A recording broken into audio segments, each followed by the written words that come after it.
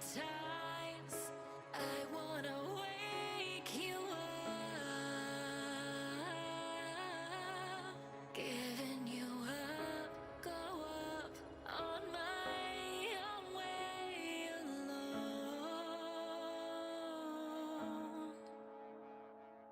Who we are, how far we've gone. Let us heal the misery and plant the seed we ever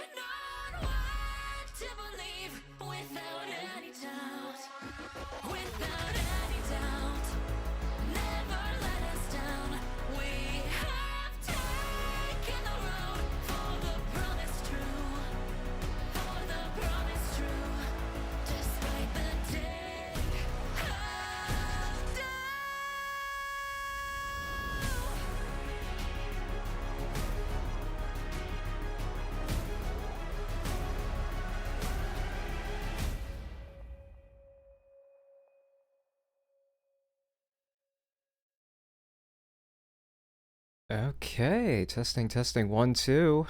We are live now. Happy October 10th to those who celebrate. And by those I mean me and Jar and maybe one other person, but it's October 10th and it's 10 p.m. and I thought I'd try something new today. What's new, you might ask? A lot of freaking things. For one, I'm by myself here. And I don't think I've ever streamed by myself. Like, just me, no one else of my friends, at least on stream. Um, this is just me. I'm gonna be your sole entertainer, flight pilot, flight attendant tonight. I'm sorry if that's not what you're looking for, but I thought I'd branch out and try something a little different here. Who knows? It might work out, or it might not. We'll play it by ear. Um, the second thing that's new is I am playing Sid Meier's Civilization 6, which I have never done on stream before. I definitely have played the game before. Like, I have something around like 350 hours in the game, but I've never done it live on stream.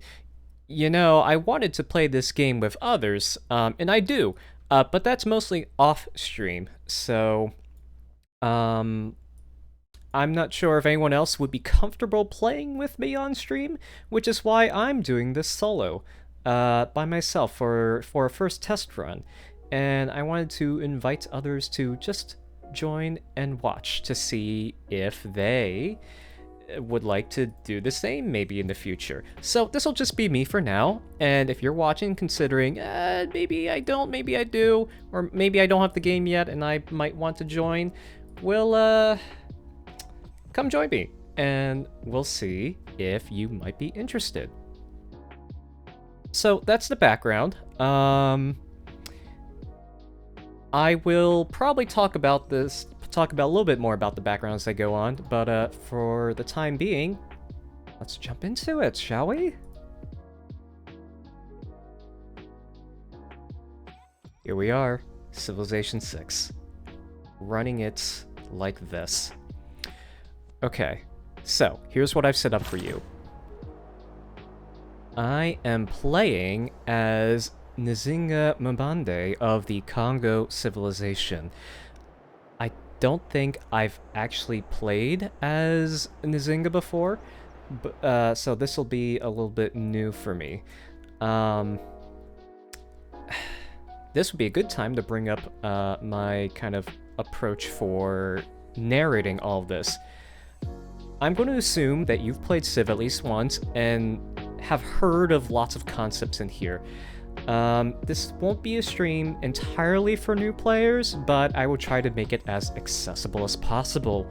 So sit back, try to relax, and I will try or attempt to explain everything and all the decisions I'm making, because for what it sounds like, there's a lot of nuanced strategy and decisions you can make that really affect how your gameplay folds out. So I will be trying to describe a lot of that as I go along, but I'll try to use broad terms to start out with. I think that is enough of some exposition. Let's jump to the gameplay here. So, I'm playing with a bunch of UI mods, but beyond that, here are my settings. I'm playing on Deity. I'm playing on a large map, so there should be 9 other AI civilizations beyond my own. And I have the continents and islands map preset. So there'll be a few large continents and a few smaller surrounding continents. Which is kind of interesting when you're playing as the Congo Empire, because they get a bonus to cities that are on their original continent, and a slight detriment to cities outside of their own continent, but I'll show you later as we move on. But yeah, as I said before, I'm playing with lots of UI mods, so it will look slightly different, but none of them really affect gameplay. They're just for making things clearer or more accessible, revealing more information to you that you already have, presenting it in a more um, meaningful, compact, sensical format. So I won't talk about them right now, but we can do that as we go on. So let's settle our first city here. This is a pretty good start location. The Congo is a civilization that values being near forests and rainforests. And here we have, what is that, rainforest? Yeah, we have 3 rainforest tiles already within our workable area. So, what that means is, for our people, they get to work some pretty good tiles right off the bat here. I'm actually going to switch, so when you found a city as 1 population, I'm going to switch it to working this tile. Because I value growing our civilization, or the population of the city over some production right now. You can see this has 3 food tiles, and this has a single production. Oh, hey, Cloud, your refusal place Sparking 0. Hey, welcome. You know, I don't expect you to play this at all. I just, if I'm being a little bit honest with this, I'm playing this because we didn't have anything scheduled for tonight, and I figured you might be busy with Sparking 0 throughout the rest of this week. So, we that's why I kind of decided to do a little bit of my own thing in the time being. So that's the background behind why I'm playing this right now.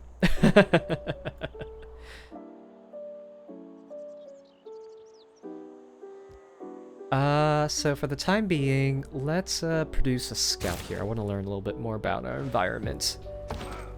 I'm gonna send our warrior out to scout. And yeah.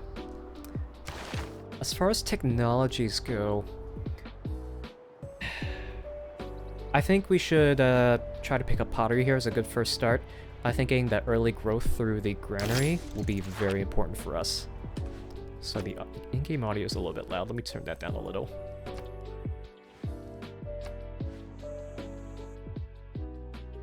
There we go. Okay, Code of Laws is naturally our first civic here. We can get it started.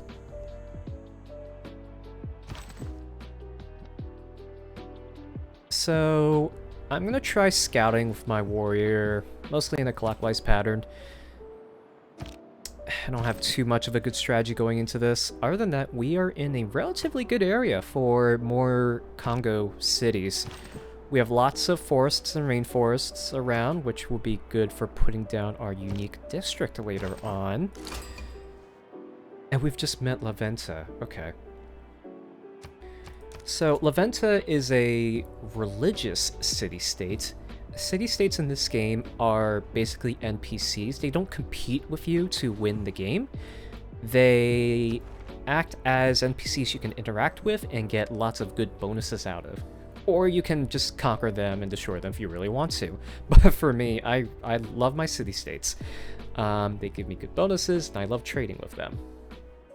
So, La Venta gives us access to the Colossal Head improvements, which improves our faith output. This is actually not bad if I wanted to pick up La Venta for an early religion, because once I get my early religion and get suzerainty of La Venta, I could put down Colossal Heads and start increasing my faith income. So that's one option I have, but I will need more envoys before I can do so. Once you get a certain number of envoys, you can take suzerainty of these city-states and gain their city-state bonuses.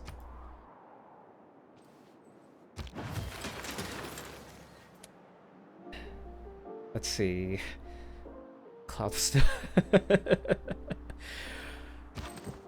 Cloud, you've got me interested in what the Sparking Zero is. I'll tell you right now, I've never played, or I've never gotten to fighting games. I've tried a lot of fighting games myself, and I've just never been able to get into it.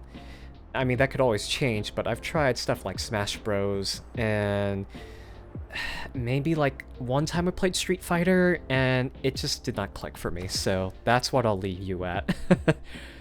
Maybe you can convince me, or maybe not, who knows. And I see Broob is also here. Good morning, Broob. How are you doing? Don't mind me playing Civ. I decided to try something new today. So this is just me playing as I forget her name, Nzinga Mabande of the Congo.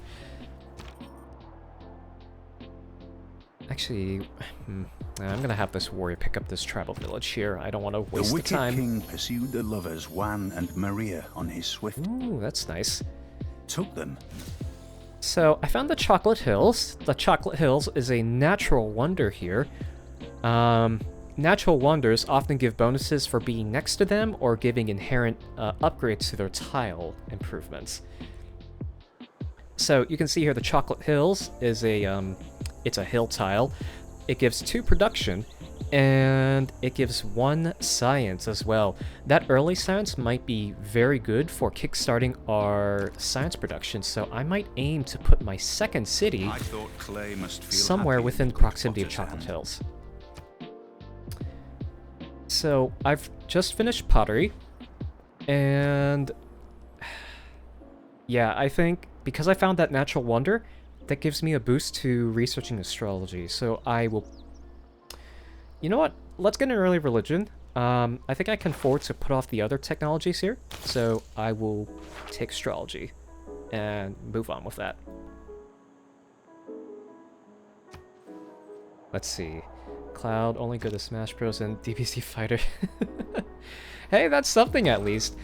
I've played Smash Bros. On more than one occasion, not consecutively and not at the same time, and I've never bothered... Well, I had to look up the controls as I was playing it, and even then I still didn't have a good grasp of the basic game mechanics. So that was a little bit of a... of a rough patch for me, so I'll see.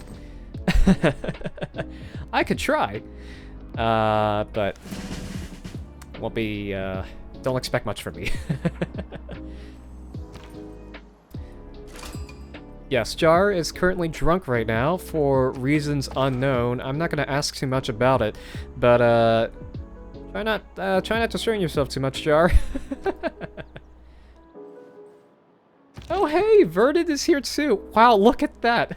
I start my first solo stream and like everyone's pouring in. This is amazing.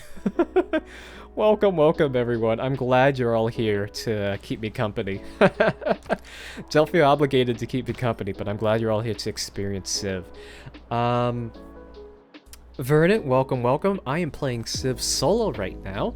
So me against 9 other AI civilizations. I wanted to do this stream because I wanted to try something new. I've never streamed by myself before. So, you know how I've always streamed with you folks in the Gears of Eden? That's basically it. I've never done stuff solo myself. So, I wanted to try something new today. It's October 10th. I started to stream at 10 p.m. 10:10 is a nice date for me. It's an interesting date for me and Jar too. And I wanted to try something new. Now that Cloud has been distracted with another game, I figured I might have the time to do something new. Yeah, sit back, relax, and enjoy the stream. I am, just to tell you all right now before I forget, I'm aiming to go until about midnight Eastern time, so I have an hour and 45 minutes left, so we have a good amount of time.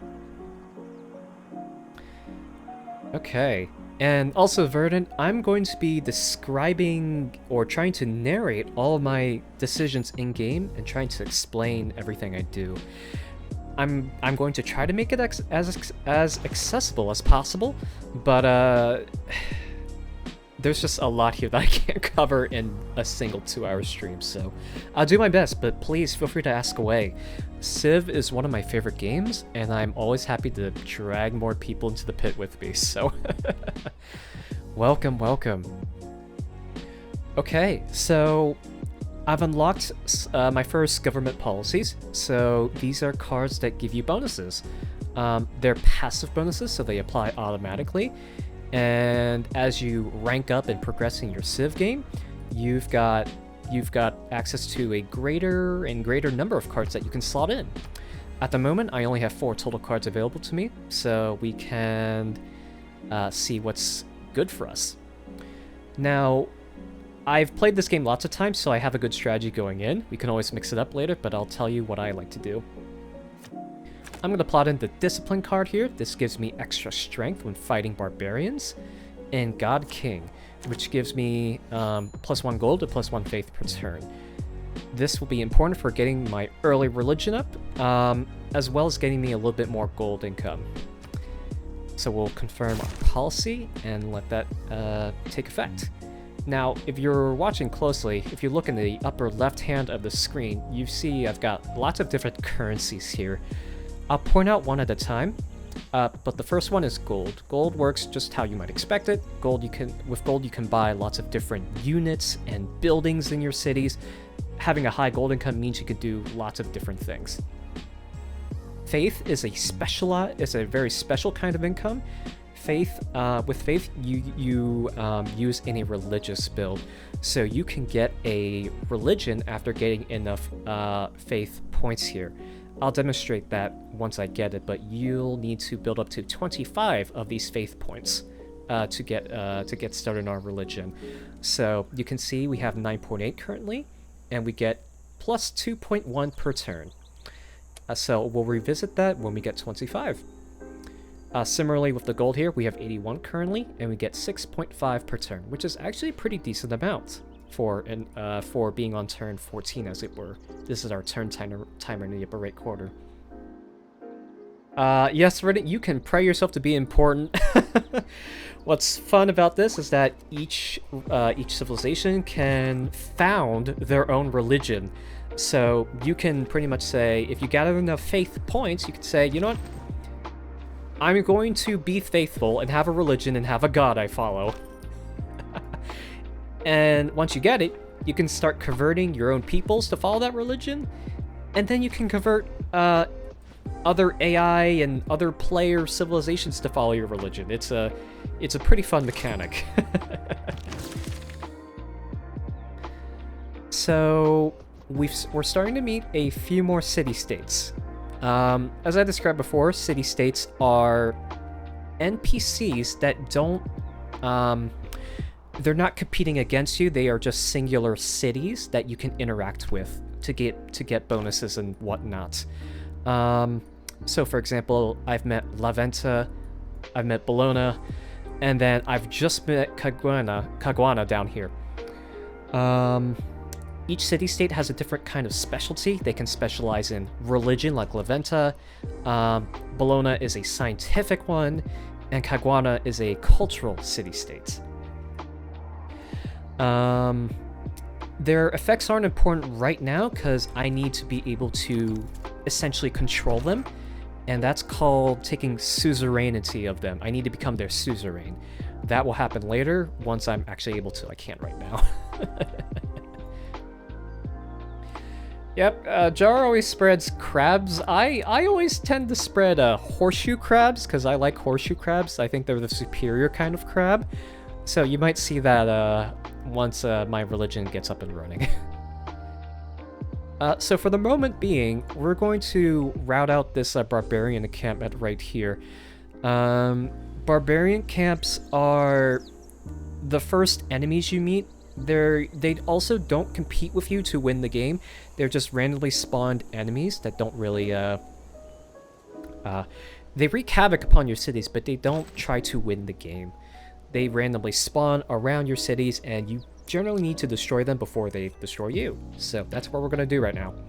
I have a warrior here up against a spearman unit, so I'm just going to do one attack there.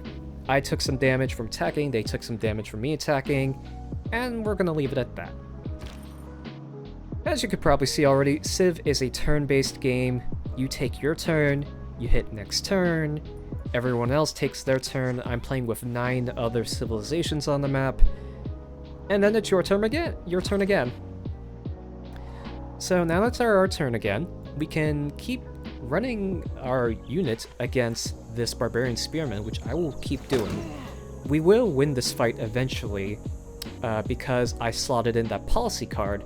If I go back to our government here, our policy card that gives us +5 strength against barbarians. So that's why I'm able to win this fight. If I didn't have that card plugged in, I would lose this fight. So that's why I'm taking advantage of that card to destroy this barbarian camp right now. So I'm going to use my scout. I want to uncover more of the map in this direction because I want to know what's directly around me. Use the real-time fight strategies. Yeah, turn-based ones are pretty interesting. They can get really, really in-depth because you're playing on your own time, and that allows you a lot more room and physical time and thinking space for more complex strategies to unfold. Right to call himself a physician. So here we've unlocked astrology, which is one of our very early technologies. In this game, you have a technology tree. All these technologies, I mean, as you can see, are generally based around general human technological progression in real life.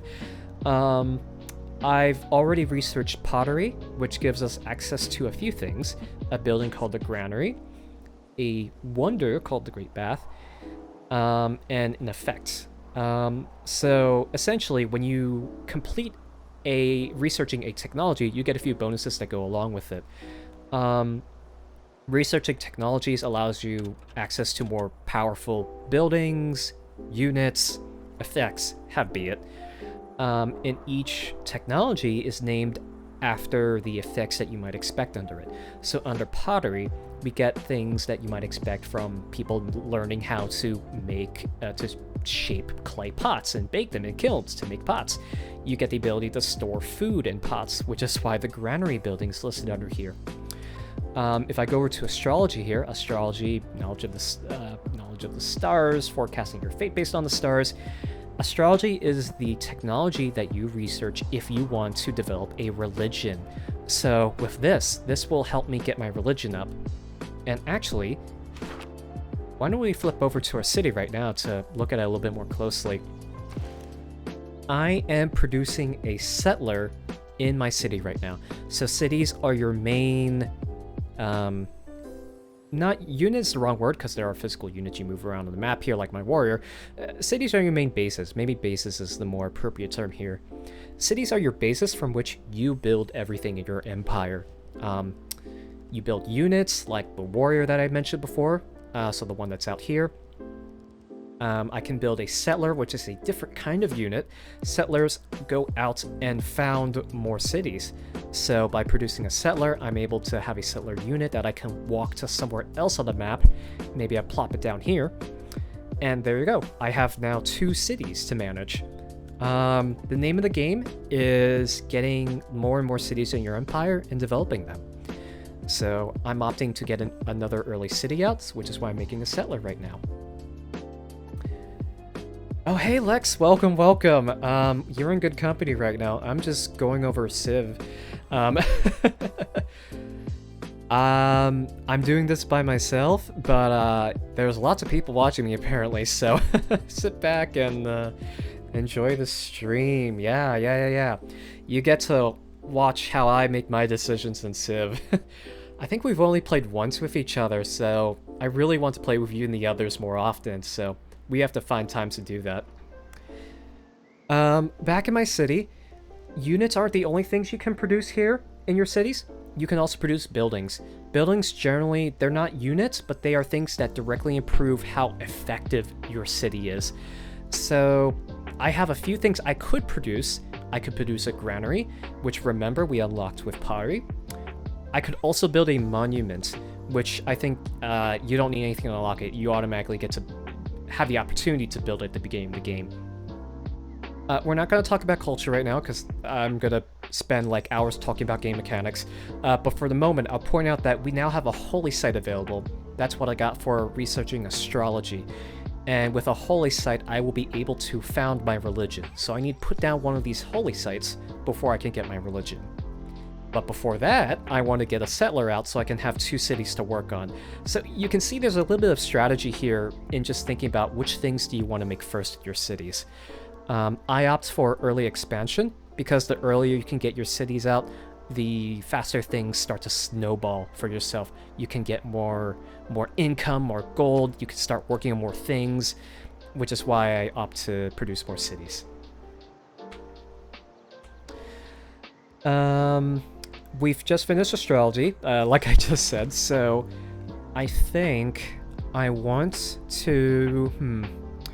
I don't want to pick up sailing because I'm not really looking for a coastal build right now. I am near water, but I don't aim on settling my second city near water. I'd actually put it over near these chocolate hills over here.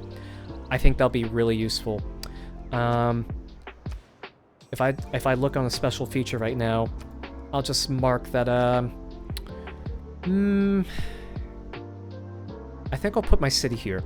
I think that's a good starting, well, I don't know. I wanted some of this proximity, so I'll just mark it right there for now, put a pin in it.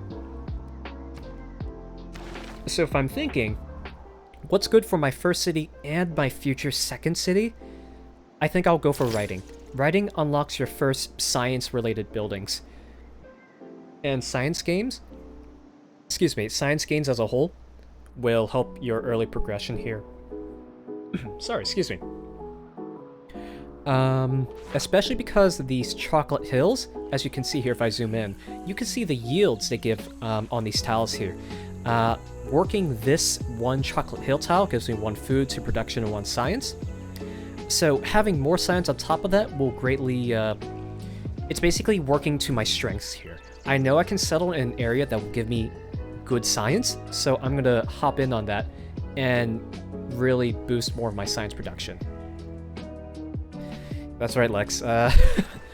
What would I be if not a scientist, right? That's what I'm looking for. We're able to kill this spearman and clear this barbarian camp, so let's do that. Okay, maybe not. 1 more hit. Next turn we'll clear that barbarian camp. Meanwhile, the scout, I'm expecting there's going to be more coastline over here, but I'm going to move him over here just in case. Oh, okay, so we found another lake, which might be interesting for some potential some lake plays.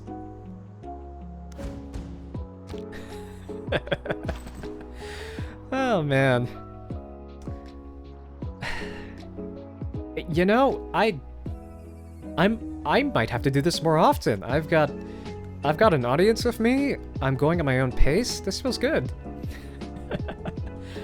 More on that later, but for now, if you look here at this fight that I'm about to do, this battle that I'm about to commence, in the lower right of the screen, I have to hover over it, so I can't move my mouse, but if you look in the lower right of the screen, you can see how the outcome of the battle will play. You have to compare the strengths of your individual units. So, for example, the enemy spearman is on the left here, has a strength of 25. On the right here is my warrior with a strength of 29. So those strengths are relative. You compare their relative strengths when you're attacking each other. Even though my warrior is a little bit stronger than a spearman, their health bars are also listed there. That's the glowing red semicircles that will show you that both of us will probably die. I'm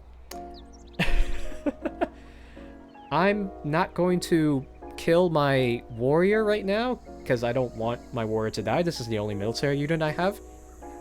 So I'm going to wait and click that button so that it heals over the next few turns. And do something else with my units while I wait for that.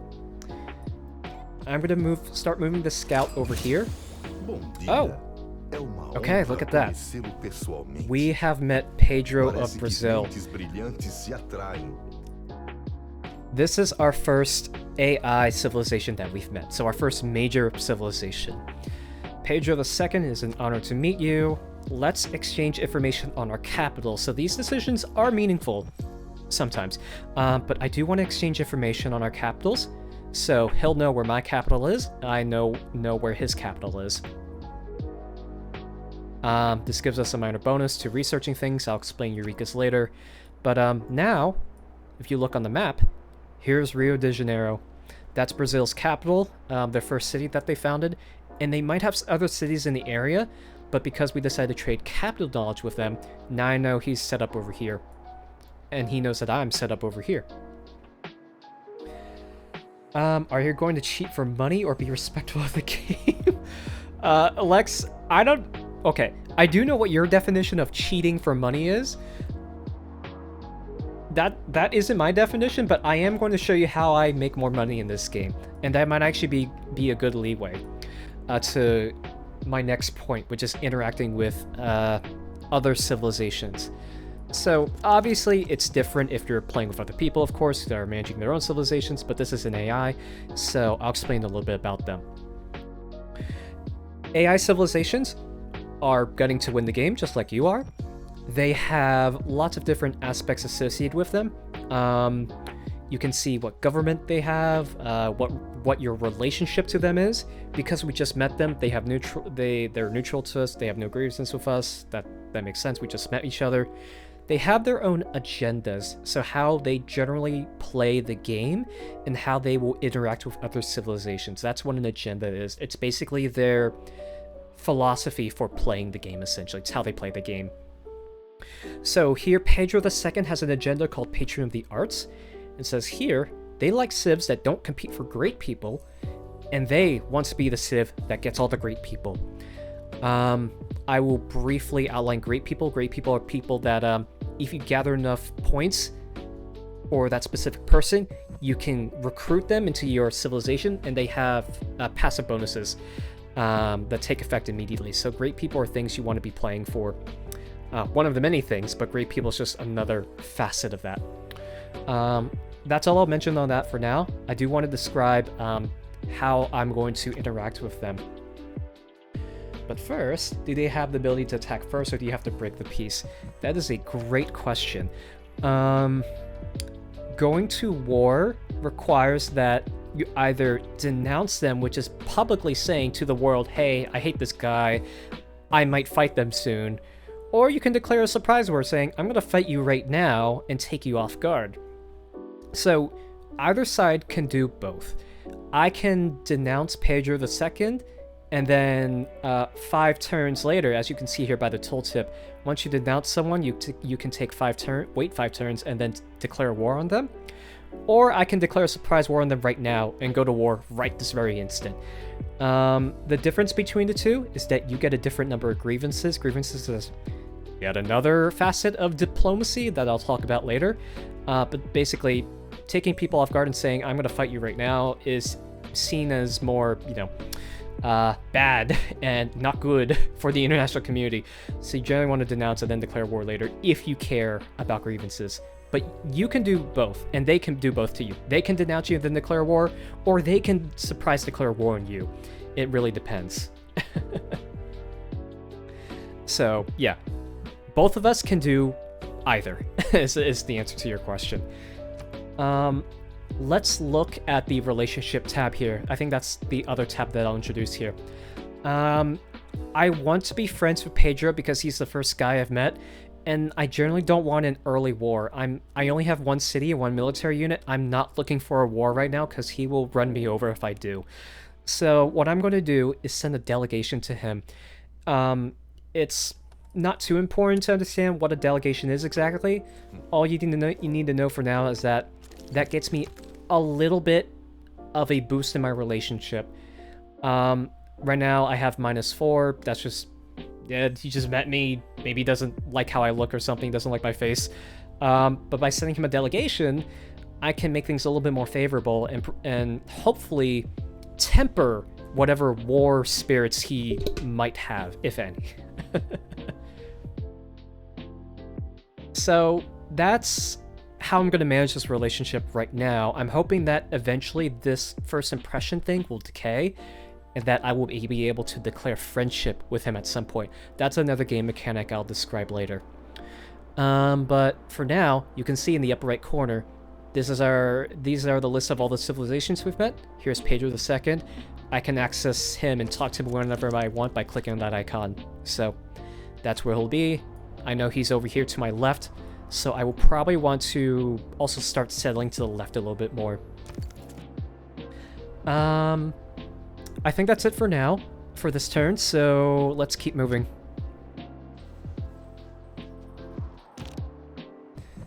Okay, so I've really got nothing to do. Next turn is the only thing I've got left to do. I've got a Barbarian Scout here, which is kind of concerning. This Barbarian Scout came from somewhere up here. So I want to move my Scout over here to check out that area to find out where that camp is. So that's what my goal will be.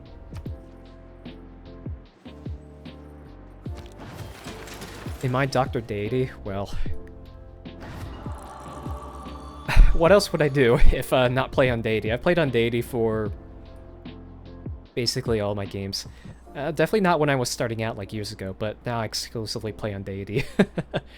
For those who don't know, there are different, difficulties you can play in Civ. Deity is the hardest difficulty, level 8, I think. I think it's the 8th difficulty. At level 8, at Deity, the AI gets lots of bonuses that you don't get. But I love having to play against that and learning how to counter it. So that's, I don't know, I've just gotten used to it. I wanted more of a challenge, and here I am. But that for a little bit later, because I get to choose a pantheon now. Here is the start of our religion. So, to be more specific with my terminology, a pantheon is basically a proto-religion. This is the start to your religion. It is not a religion in of itself. But with a pantheon, you get to choose from a few different passive bonuses that automatically take effect in the background. And there are lots you can choose from. I'm not expecting you read all this, but I'm going to go through some of this myself and think about it. Usually what I like to do, I think one of the most busted, one of the most OP openers is religious settlements here. When chosen, receive a settler in your capital. So, if you remember that settler I was working on in Kambasa, that's done. I can now move this out and settle my next city here. I can walk him over here and settle my city. By choosing religious settlements, I get yet another settler for free. That doesn't cost anything. And that's generally the most recommended pick. But for this game, it might not be a bad idea to take Sacred Path, because that gets me +1 faith from adjacent rainforest tiles. And I have a lot of rainforest tiles in my area right now. If I look very closely here, this is a rainforest, this is a rainforest, this is a rainforest. This one is a regular, not rainforest, regular forest. But I've got lots of more rainforest over here, and maybe a little bit more to my north here. So that might synergize well with my specific leader's bonus. I'm playing as Nzinga Mamande of the Congo, and some of their bonuses here, if you just skim over it a little bit quick, I get to build my special district. I'll explain what a district is later. This district I get to build exclusively on rainforest or woods, and then yeah, I think this is the biggest bonus going for me. So that will synergize well with what I have. So if I had to choose a pantheon here, I'm going to do something I don't usually do, and pick up Sacred Path. So with that, I have my first proto-religion, and I happen to be the first in the game to do so. If I hover over this, it says your people are the first in the world to adopt belief in a pantheon. So I know I'm the first Civ to start making gains towards a religion. So I'll explain the rest as we go along, and I'll explain inspirations later. Rainforest corn? Oh, sorry. These are bananas. It's a little bit hard to see, I know, but these are bananas. It'd be kind of strange if corn showed up in rainforest, but stranger things have happened, I guess. Okay. Let's dismiss some of these notifications. A lot of these are just notifications telling you, oh, this happened, and that happened, and all these things happened. No, it's a food thing. Oh, yes, sorry, yes. This corn symbol means food. Stranger Things. Oh, Char. Anytime I mention anything vaguely horror-related, Jar gets on it. Yep, they really made a Stranger Thing here in Civ, didn't they? Okay. As far as the thing I want to produce in my city next, I think I will want to produce a monument. Let's start explaining culture here. I'm making a monument because I want culture. By reading this, you can see here that you get +1 culture, which is per turn. So +1 culture per turn for just having this building in existence.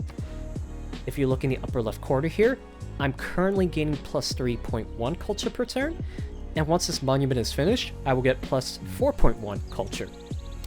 Culture is used in the civics tree, which you can think of as the same thing as a science tree, like the technology or science tree here, but for civics. Civics are almost, well, they're kind of different from technologies in that you also research them, but they represent more conceptual bonuses. They give you lots of policy cards here, and they give you more things that work in the background, like, oh, this building now produces 1 more of this food, this corn or gear, or now my empire has the ability to, I don't know, get more gold per turn or something. These represent more passive, automatic bonuses. So there are pros to each tree, but they're conceptually different in that regard. What you've learned so far, rain, corn, and religion is good.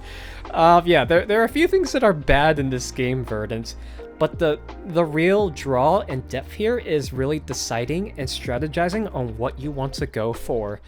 And that's what I feel is the big draw and interest in depth in Civ, is that you have lots of different strategies you can go for.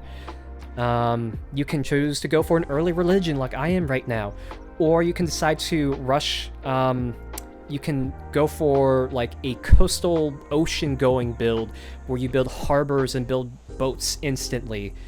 There are lots of different ways you can play it, so there's lots of different strategies here. I'm playing one of like 60 different leaders in this game, so I definitely haven't played all of them, and this is just one of them, so there's lots more you can do. In the meantime, I'm going to move over back to my warrior here, who has healed a decent bit, which I think has enough to kill this enemy spearman here. By hovering over it, you can see in the lower right corner, I now have enough HP that my warrior will survive this attack if I choose to do so. So I'm going to do it. And there we go. I made history by clearing a barbarian camp that's near one of my cities. So that enemy is no more. I plunder a little bit of gold for that, and I have no more risk of enemies spawning over here. Or you can always turn off religious victory to pretend it doesn't exist.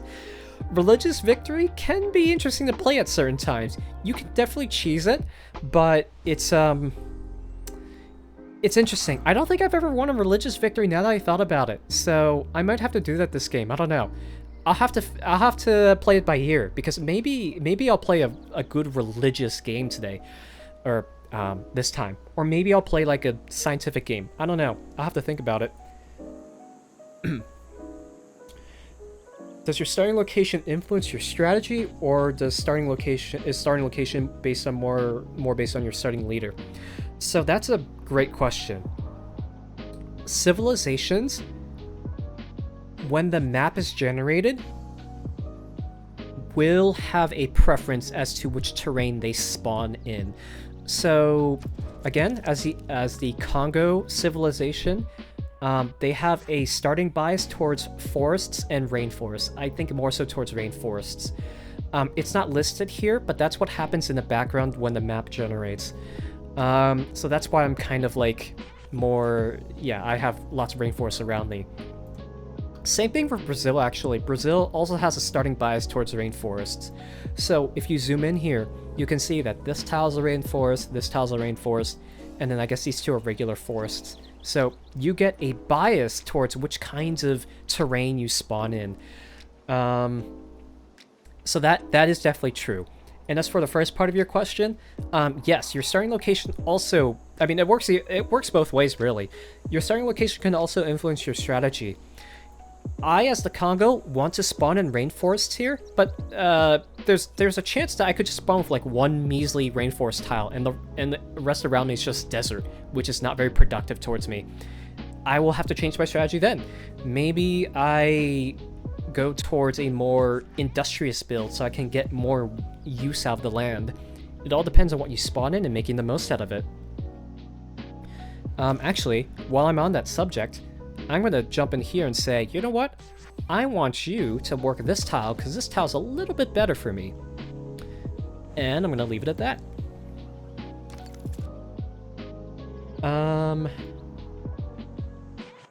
Always turn off barbarians. Barbarians can be an interesting mechanic to play around. I haven't played a civ that makes good use of barbarians, like they want barbarians around, but that might be something I could feature next time around. Can I start as barbarians, just bebop around? No, you can't start as barbarians, unfortunately. That would be funny. I think the equivalent of doing so would just be declaring early war and just pillaging everything. So, you know, if you're into that, you could, but beyond that, no, you can't play as barbarians. You do like randomly generated? Oh yeah, definitely. You know, sometimes you get a good starting location, sometimes it just doesn't work. That's kind of the beauty of part of the beauty of the game. Don't know what you get, and you have to change up your strategy every time. Even if you play a civilization and leader that you're familiar with. Every nation lives by exchanging. All right, I've completed my next civic, which is foreign trade. Let's jump in here to look at foreign trade real quickly, just to explain more about civics and, you know, the bonuses they provide. So, just like with researching a technology in the technology tree, once you research a civic in the civic tree, you get a few things. You get these policy cards, which you slot into your governments. They're not active yet, but they're active if I choose to put them inside my governments. If you remember from earlier, if I look inside my government here, I slotted in the Discipline card and the God King card before. I can change that now if I wanted to. And maybe that's what I'll go over next. But now I have to decide which civic do I want to go for next. And what I think I want to go for next is Early Empire. Early Empire will give me a good boost up because in addition to getting these 3 cards here, which are pretty good, I get some more, again, passive background bonuses and abilities that I didn't have otherwise. I get open borders, I get to declare a certain type of war, I get to have the ability to buy and sell open borders, and I get a governor title, which I will explain once I get a governor.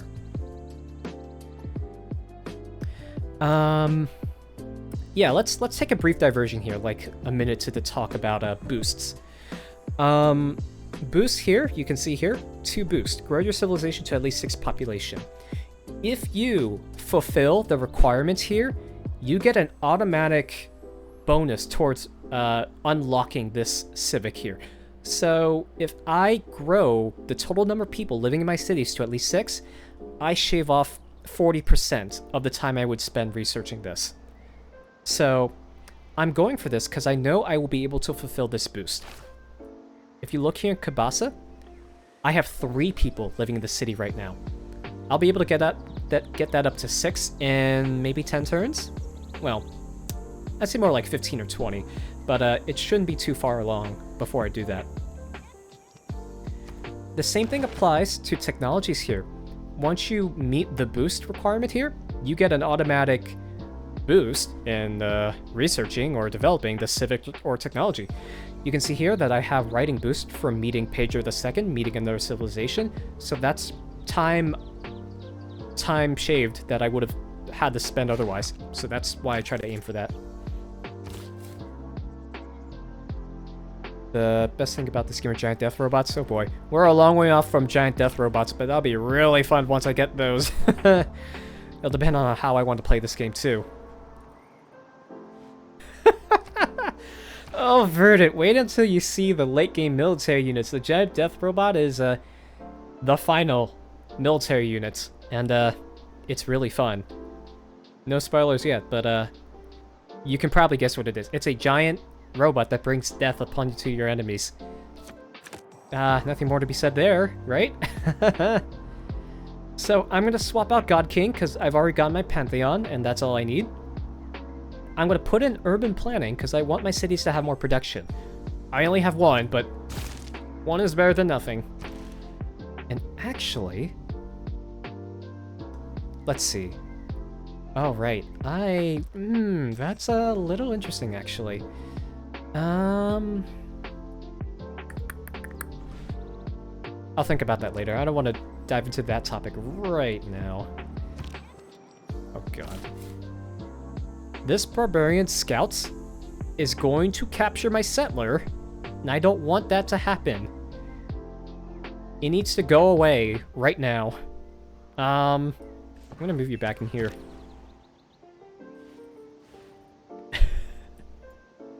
You get death robots because I need to know what they sound like right now. Oh, God.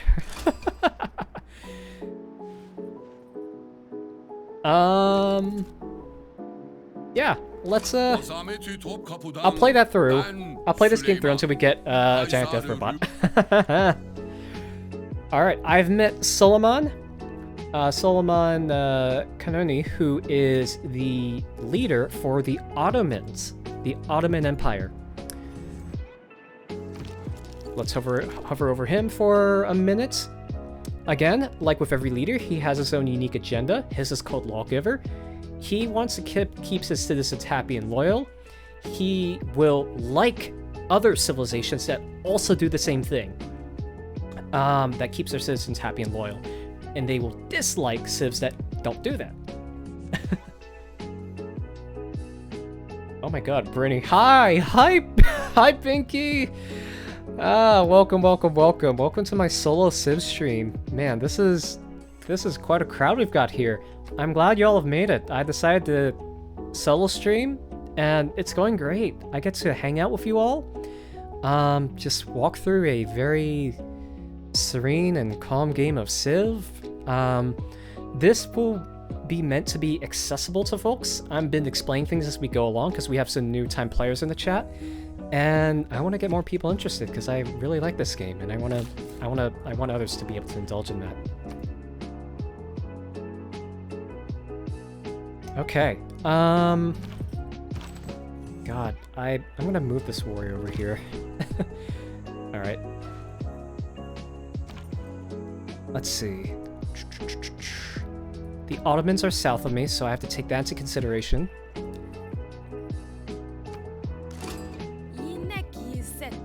And look at that. I've met my third civilization. I have met Cleopatra of the Egyptians. It is an honor to meet you. Let's exchange information on our capitals. Where? Okay, so they're to my north. So this is kind of interesting. I've got Egypt to my north, Brazil to my west, and the Ottomans to my south. So I'm kind of in the middle of everything here. And then I've got, like, impassable water to my east. So this will be an interesting game of how do I want to develop around these civilizations. I'll explain more of my strategy later, but for now, Cleopatra, let me send you a delegation so we can start building relations with you, because I don't want to go to war with everyone right now, still.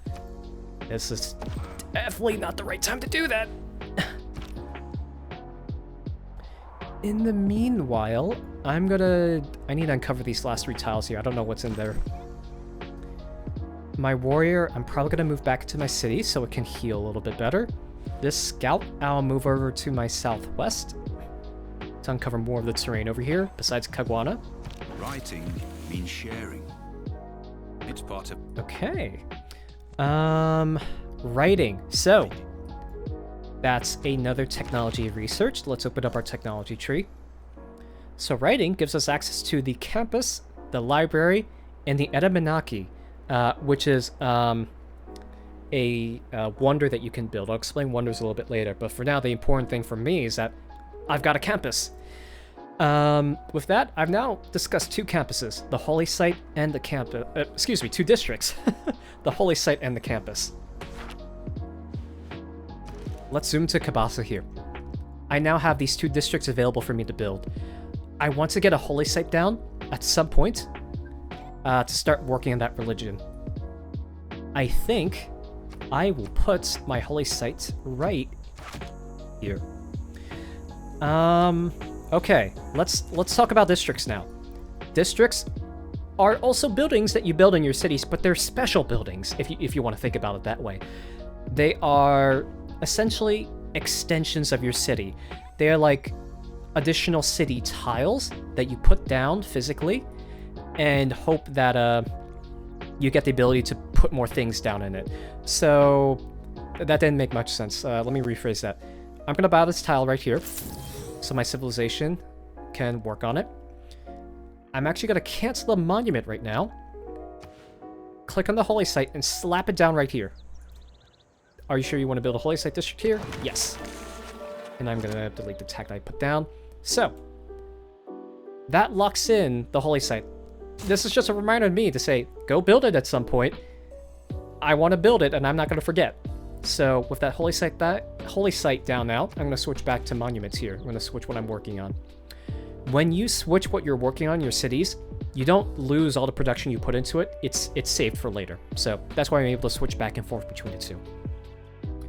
Now, for a more reasonable explanation of what a district is.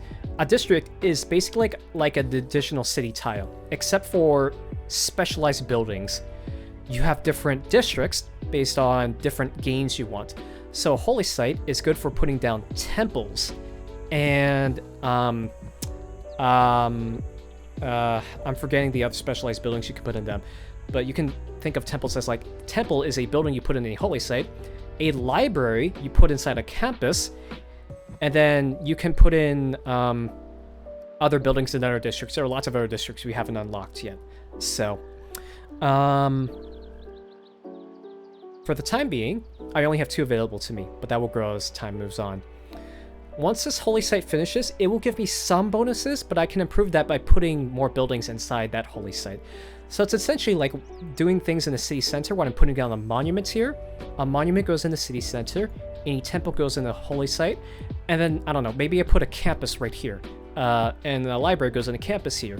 So depending on what yields you get, you build their respective district, and then you put additional buildings inside that district to keep increasing those specific currencies. I think that's the best way I can describe it right now. So the settler, or excuse me, the scout is over there. I hope they don't capture my settler. That'd be a bad day. Here, let's go for... I'm gonna make a decision here and go for bronze working, because I think I need access to the forests here. And that's not gonna happen unless I can cut some of them down, so that's what I'm gonna do. Oh god, that scout is... Okay, I'm gonna move this the scout back across the river, because I don't like that. My warrior is going to attempt to defend the settler. We will see how well that goes. Is this now the Holy Empire of Horseshoe Crabs? You know, give me a few more turns and it just might be. We'll see if I snag a religion. Okay. I'm going to link up my warrior with the settler so that my settler doesn't die. And hopefully that means I get to put down my second city next, because I'm losing some time putting down the second city. I want to get this out right now. Come on. I don't have time to waste here. Alright, let's move you across the river here. Let's move my scout. I want my scout to go in this direction, so I'm going to do that. The scout, what do I do with you? I think I want to... At some point in the game, I want to, like, settle up here. So I think I'm going to forward scout a little bit more here, just to see what's above the area I want to settle.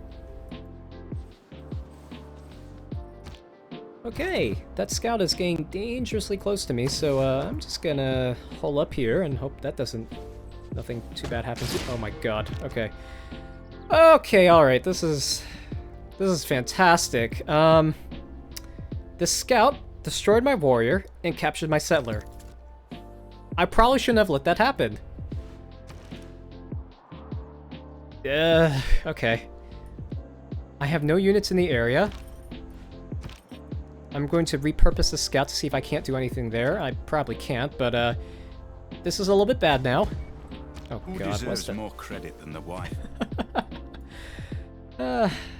That scout killed my warrior because my warrior was so badly damaged. It was on, you can think of it as like 5 HP, and the scout was on 50 HP.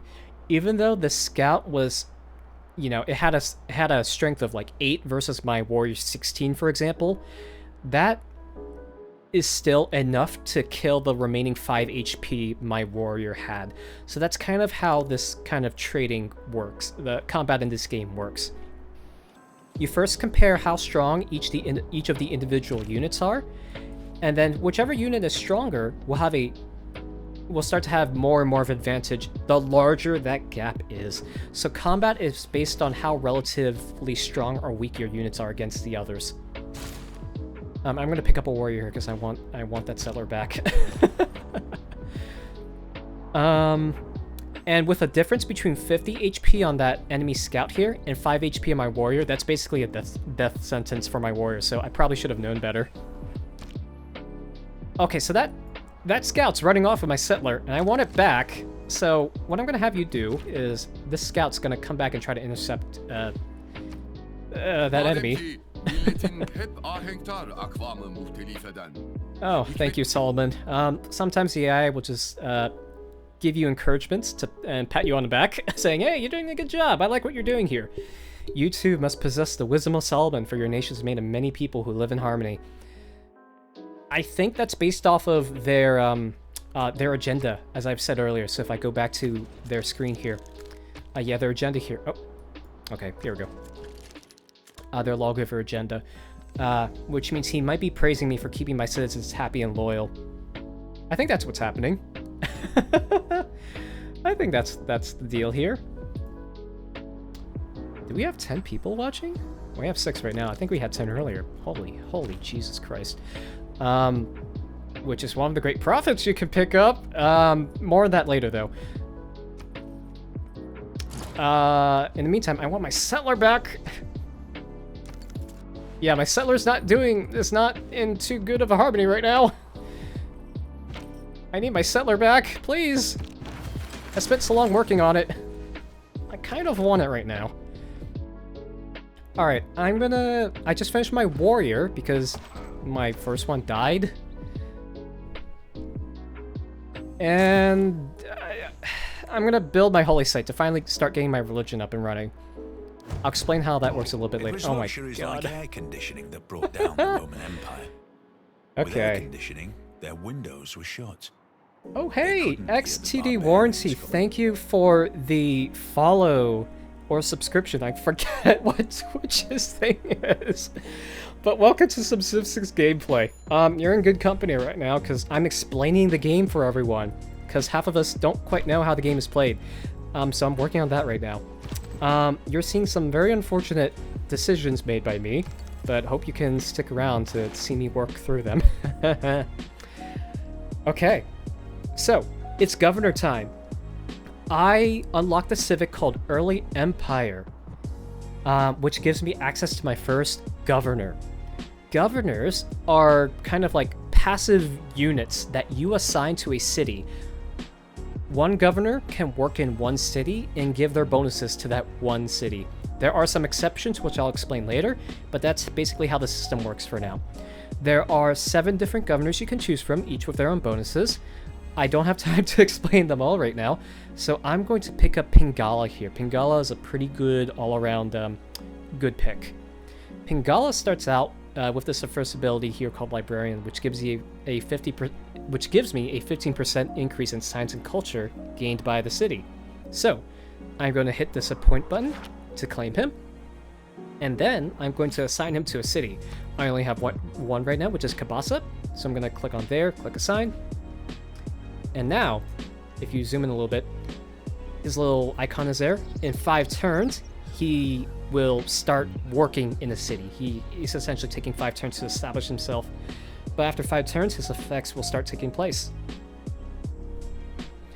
Okay, so that's explained. You're back where the nukes... Lex, look, if you want nukes, you're gonna have to stick around for, like, part 5 of my Nzinga Mbande build, so, keep watching more of my streams for that, am I right? Hit the follow button for more content. Oh, God. Okay. I'm gonna pick up Craftsman next. I think that's a pretty obvious build from my side. Obvious choice from my side. I say that because I want to get up to state workforce and then to political philosophy. Political philosophy is probably the biggest one here for me. So, actually, let's do that right now. I'm gonna click on political philosophy. What that does is it now queues up the next 3 civics to be automatically researched after 1 is done. So after I finish craftsmanship, I will then automatically start working on state workforce without having to select it, and then move on to political philosophy after that's done. So that's kind of me saying, like, this is my decision, I don't want to forget it, I'm going to set it like that, set it and forget it. Hey Broob, there you go. See, you have some knowledge in Civ. Anyone can pick up Civ. It will be a little bit of a process learning all the different game mechanics, but there's so much depth to this that's just amazing to unfold and play through. Lots of different strategies you can use, and lots of different ways to deal with situations as they come up. Every time you unlock a civic that has cards, you get to change the policies in your government for free. So let's reevaluate that right now. I currently have urban planning slotted in discipline. I think I will keep it that way because I want the production in my city, and I know I'm going to fight barbarians in my near future to get my settler back. So those cards work for me. Work for me right now. Let's go to our next turn. Now, you notice I hit next turn there, but then it went to unit needs orders. That means that any units that you control that still have movement points left, the game will ask you to make a decision about that before moving on. It's basically, hey, this unit still has things it can do. Are you sure you want to move on to the next turn? So in this case, my scout has 1 movement point left. I can't really move it anywhere, so I'm just going to say, skip the turn, let's move on.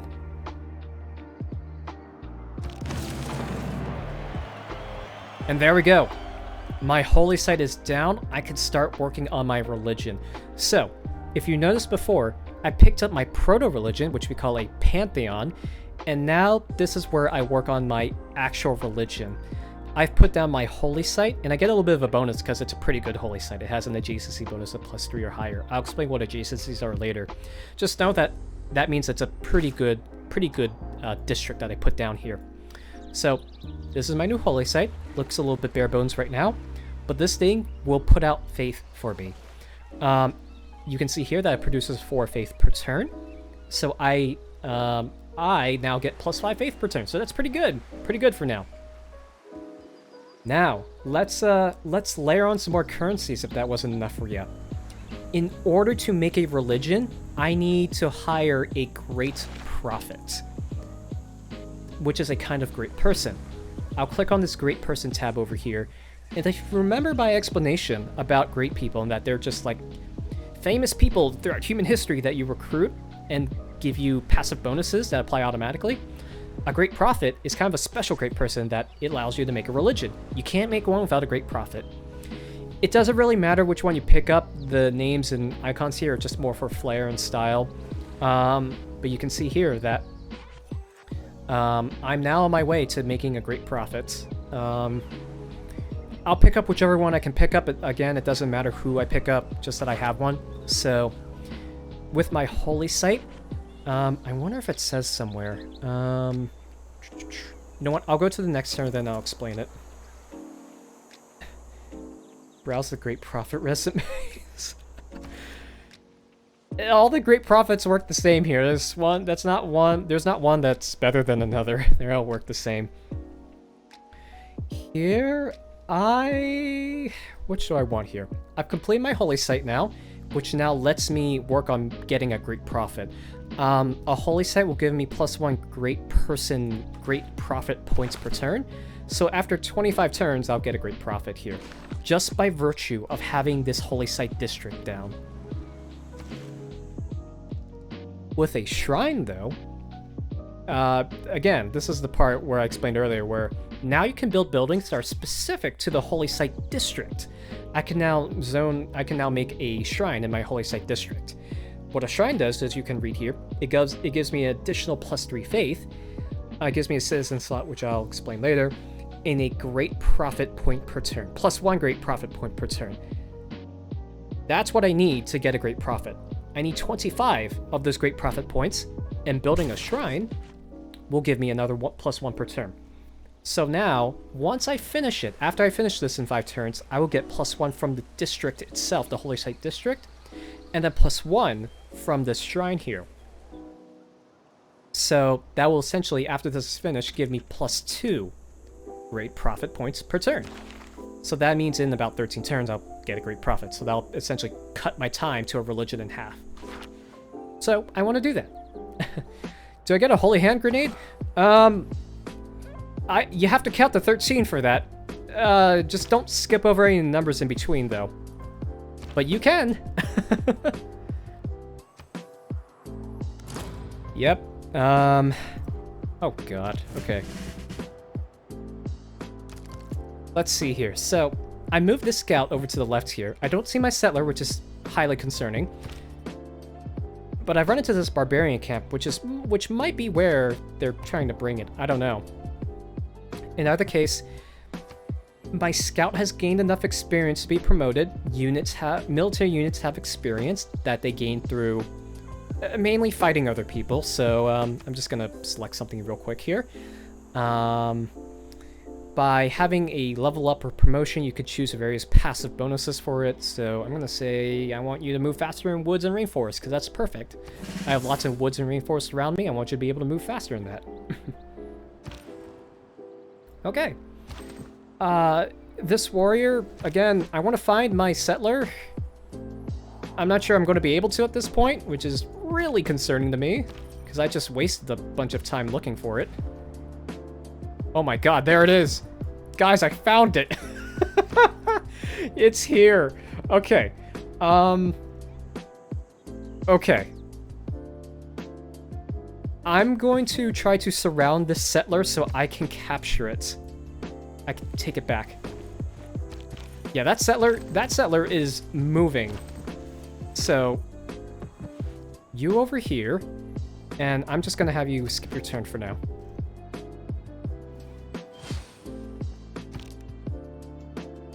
Hey, thank you for the follow, Lee A 2021. Thank you so much. I'm glad you're in here enjoying the content. Yeah, again, come join us. I don't know how long you've been in here, but come join us for a good rousing, maybe calm is the more appropriate word for me. Calm game of Civ right here, where I attempt to win back my settler that I blundered, essentially. So I'm going to be working on that right now. Alright, so you folks get to see a first glimpse of what combat is like. I have a barbarian encampment right here, which is where they keep spawning their units from. This is where new units come out of. They have a scout right here, they have a warrior right here, and then they have my settler that they captured right over here. So I'm going to be trying to take it back. I'm going to bulldoze my way through this scout. And then this scout, I don't know. Maybe I'll have you flank over to the right side. Or, actually, I'm going to keep you right there for now. I just started playing this game this Wednesday and learning from me. Oh my goodness. Well, I'm glad you're taking something of value from this. Thank you so much. That means a lot to me. Come join me. This is not something I usually do, but I will probably continue this series. So, yeah, buckle in. I don't have a schedule for my Civilization streams, but it will probably be a little bit random and, I don't know, impromptu at times, just whenever I feel like streaming. But I do have a YouTube channel where I upload all of my streams, all of my complete streams unedited, so if you want to go back and watch those later. The link is in my description, but in case you didn't want to miss anything, it's right there. So, glad you're here. Glad you actually found something of use. I'm glad I'm actually to teach something. I didn't think I'd reach this day right now, so let's keep it rolling. So let's see, what's next? You see this barbarian camp just spawned this warrior right here, which is a little bit concerning for me. My number one goal is to get this guy back. This guy was mine, and then I blundered my settler, and now they have it, and now I'm gonna get him back. So that's the game plan. Don't know how exactly how I'm gonna do it, but I'm definitely gonna force my way in somehow. All right, my city is done producing something, so now let's see, what do I want next? I'm gonna make a granary. A granary gives you +1 food and +2 housing. I want my population of this city to grow. I want more people living in this city to work more tiles and be more productive overall. And a granary will give me +1 food. Food is how you grow cities here. So I'm going to select that. And in 6 turns, I'll have a granary. We can actually look. I've been ignoring the left side for now, but I'll point it out to you real quickly. On the left side, you can see how quickly your city is growing. I have +2.2 total food surplus right now. That means I am making more food in this city than my current citizens need.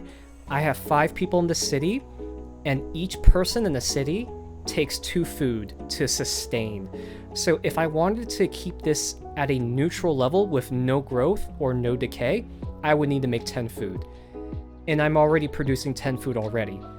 This is an amount of surplus I have. So that's on top of how much I need to feed my current citizens in this city. Once I reach a certain level, a certain amount of total food surplus, I will automatically gain another citizen in this city. Another person is born. So that will raise it from 5 to 6. And I want this to grow faster. So that's why I'm building the granary. The granary is a good building for that.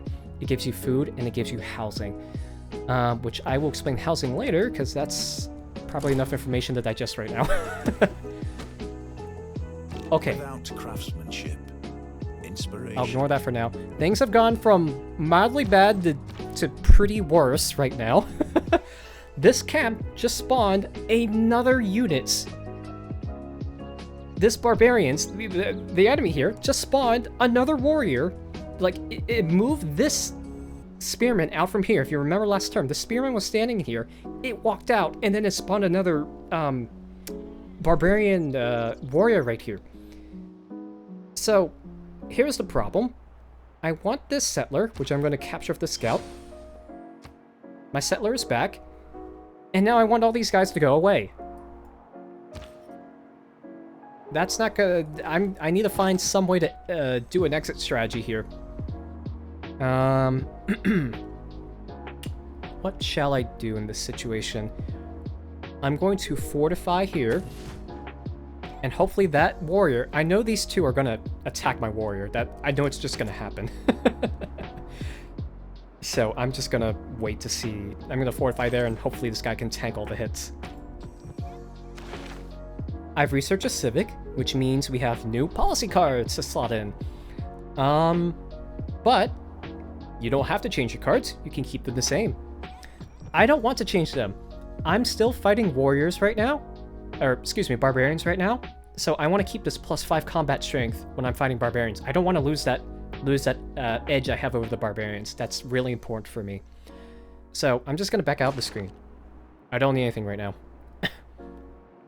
Alright, I'm going to hit next turn here. Which is better, nukes or giant robots? Both in different ways. Oh boy, when nukes start falling, the world really goes into... really ramps up here. The war plunges into darkness. So, maybe I'll explain a little bit that later. Once we get into some actual warfare. Okay. This is a really bad situation for my scout and settler right now. They have 1, 2, 3, 4, 5 units right here. And 6 if you count this one up here. And I want my settler to go back down here. These 5 guys are in the way. That's not good. Alright, I'm gonna have to fortify here. And try to maneuver my other military units to try something different. You know what? I'm also gonna keep my scout here, actually. There's a little bit of a bonus when you have 2 military units standing next to each other. They give each other a little bit of a bonus in defense when an enemy attacks them. So I'm gonna pray that they don't attack my scout and that my scout doesn't die. We'll see what happens. In the meanwhile, this settler, I want you to be hooked up to this scout here so you don't go anywhere. And the scout, I'm gonna have you heal up so you don't start bleeding out on the battlefield.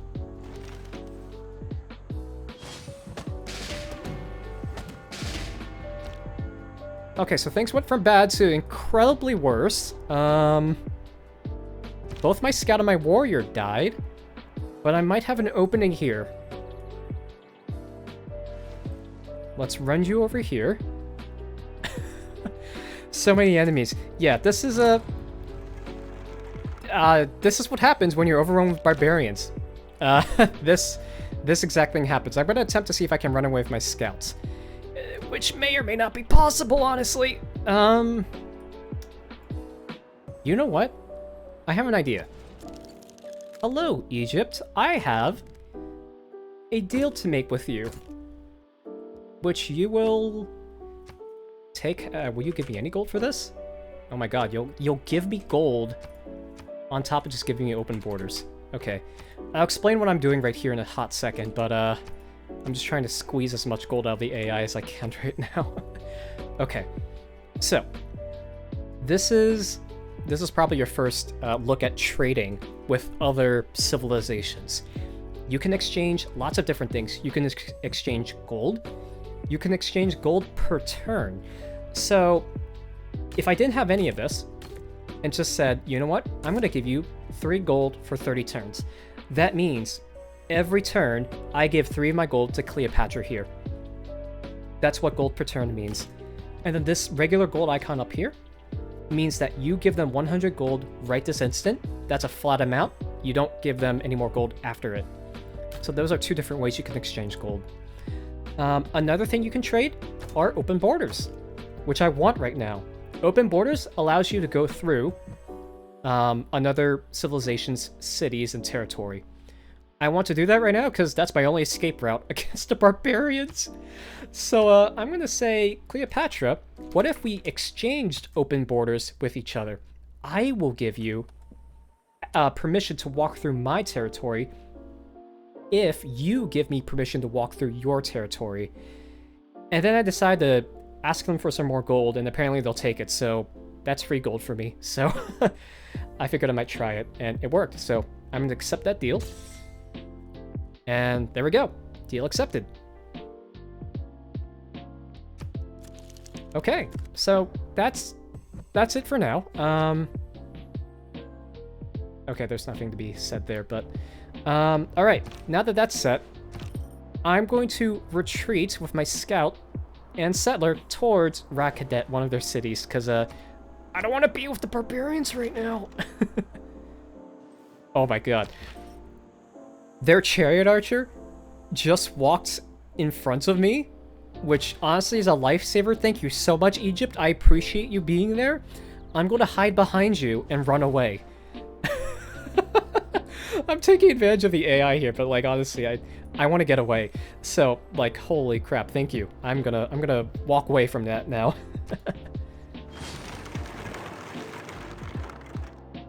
Okay. And look at that. Bronze is the mirror. I'm gonna ignore bronze working now because this is hilarious. Egypt is now fighting the barbarians. They're using their units to kill the barbarians on my court. I might have to stick around and see how this plays out, because if that's so, instead of walking all the way around here, which will take like 10 turns, I could just wait, heal up here. Maybe I'll have to heal up here. And wait until Egypt does all the fighting for me. A win-win for all, right? Okay. Now, Now we can say, I've just finished bronze working. Let's choose our next tech. I'm gonna go for currency, because I want the commercial hub. Just probably the most powerful district you can build. I'll explain what that is in a hot second, but for now, we get to build something else in our capital. So you've seen here how I'm able to select units to build, and after a certain number of turns, the city produces it. But what if you said, I want something right now, and I don't care? No price is too much to pay for it. Well, good for you. The nice thing about having enough gold is that you can just purchase some units outright.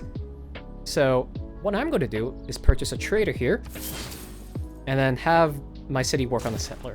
I'll explain some of my decisions there later, but that's what I'm going to do for now.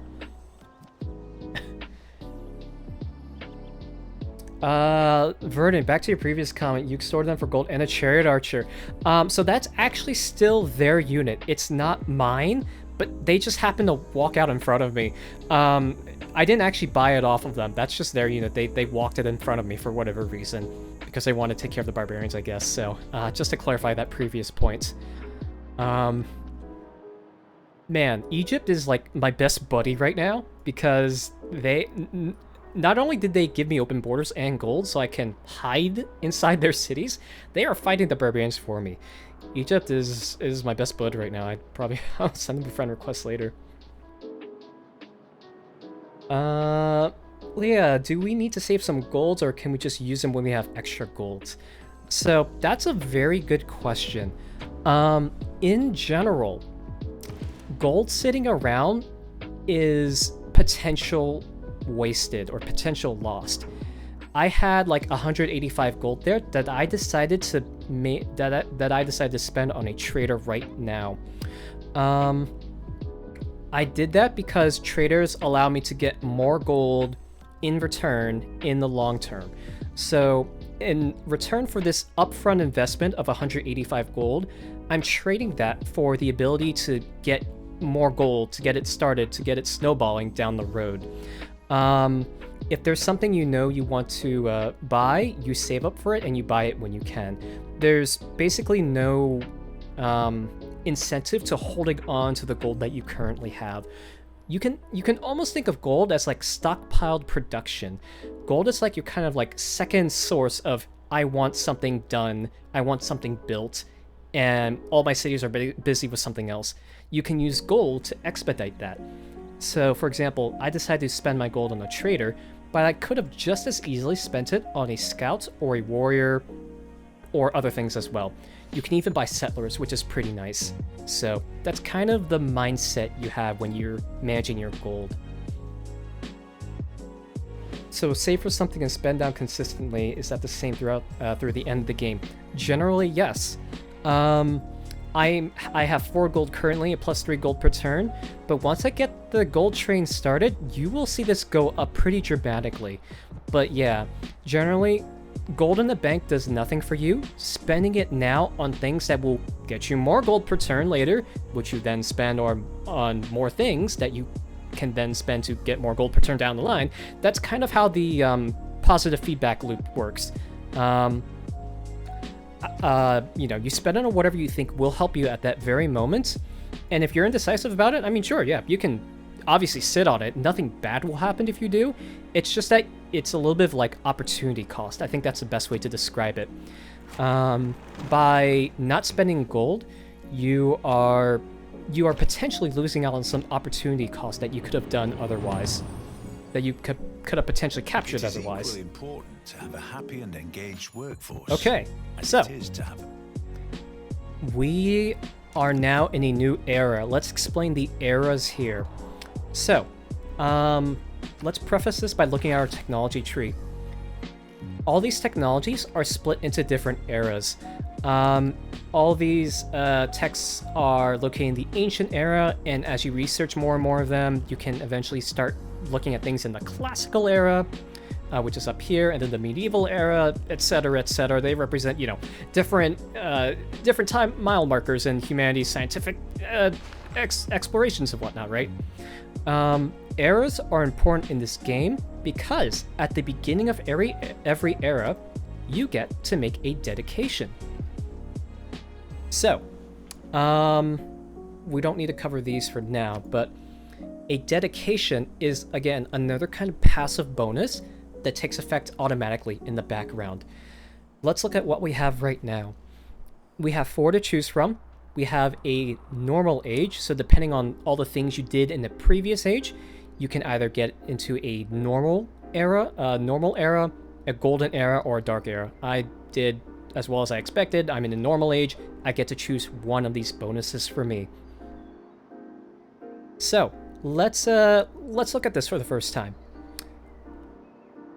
I have a religion on the horizon. I'm on my way to a great prophet, so I could choose Exodus of the Evangelists to be able to spread my religion. However, I think what I want here is either free inquiry or pen, brush, and voice, because I want to boost my science and culture gains here. I think that's the right play for me. Because I'm kind of lacking on those 2 fronts here. I know I'll get my religion, so it's not too much of a priority for me to get arrow score off of my religion. But for these 2 here, I get bonuses for constructing a building that produces science, or a building that with a great work slot. I think I'll go for free inquiry here. Well, actually, you know what? Let's do something different. Let's go pen, brush, and voice. I haven't described it in much detail yet, but the leader and civilization I'm playing, the Congo, scales well off of culture. So let's try that for now. In terms of governor, I can promote Pingala right now. I will take connoisseur right now, which gives you +1 culture for each citizen in the city. So by taking that, well, actually first, right now, you can see here, I have +6.3 culture right now per turn, just in my one city. After I take that, it'll refresh next turn. But after next turn, because I have 5 people in here, I will have an additional +5, which will give me 11.3 culture per turn. That's almost doubling my culture, which is huge. That's exactly what I need to get my culture games kickstarted. Okay, let's see here. What's in the chat right now? Oh boy, look at that. Yeah, I'm really working all this right now. Okay, what do I want to think about next? I have my trader, which I have now up and running. Traders are yet another kind of unit. They also work passively in the background automatically. By sending a trade route to a city, you get a certain amount of gold per turn, which is pretty nice. And depending on the city state and maybe the kinds of bonuses, you might be able to get other yields as well. So, for example here, if I send a trade route to, let's say Hunza right now. Hunza is, where's Hunza? This is Hunza, city-state right here. I will get +3 gold automatically per turn. So this +3 up here will turn to a +6. I will get +6 gold per turn after I set this trade route up. If I send it to La Venta instead, I will get +3 gold, just like I did with Hunza, but I will also get +1 faith per turn. So I have some faith up here, I have +8, I will get +9 after that. What I will do is send it to Bologna right now. Bologna will give me +3 gold and +1 science per turn. I have +5.1 science, and after sending that trade route, I will have +6.1 science. That's a 16% increase. I know it's just like, oh, just 1 unit of science, how much could it be? It's a 16% increase, and I can get scaling benefits based off of that later on in the game. So that's worthwhile for me to set up right now. So I'm going to send it to Bologna. One more benefit of sending it to Bologna is that this city-state has a quest. City-states, as I've described earlier, are non-playable cities that you can interact with for bonuses. This is kind of one of the main ways you can do it. You can send trade routes to them to get more bonuses. You can send envoys to them, which I haven't explained yet. And city-states will put out their own sets of quests, side missions for you to tackle, essentially. If you fulfill it, you get better relations with that city-state and get more bonuses that way. So Bologna's quest right now is to send a trade route. It just so happens that Hunza also has the same quest, and so does Caguana. But I'm going to send to Bologna because not only does it have that quest and I can improve relations with it, I can also get that extra +1 science per turn, which will be really beneficial for me.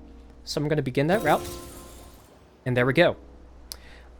We've got a Eureka from that. So Eureka is a boost, essentially. The two terms are interchangeable. And now, because of that, I've cut my time to research currency almost in half. Eurekas and boosts are like your own personal side quests as well. Maybe that's how I should have introduced that earlier. So for example, with currency that I'm working on right now, I complete that side quest, I get half the time cut off to research that text, so now I can get it twice as fast. If I wanted to research masonry, I can get a boost to it by building a quarry. I don't have anywhere to build a quarry yet, but if I do, I fulfill that side quest.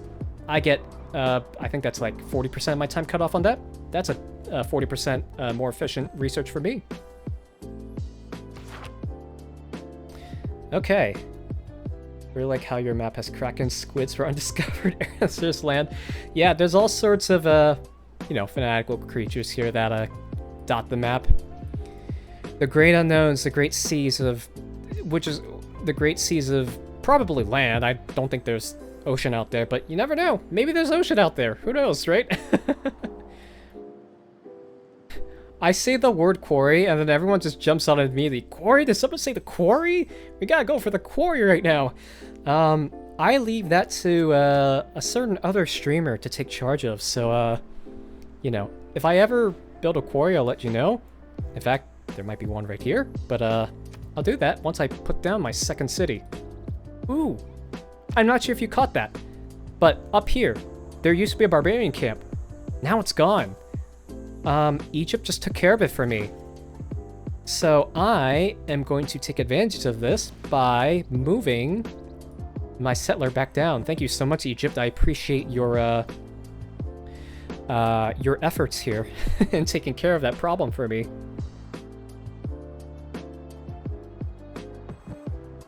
Emmeline's, I am playing a continent, and actually, I think I can pull it up right here. Can I? Is one of these icons? Okay, it doesn't say. Anyway, I am playing a continents and islands map on a large setting.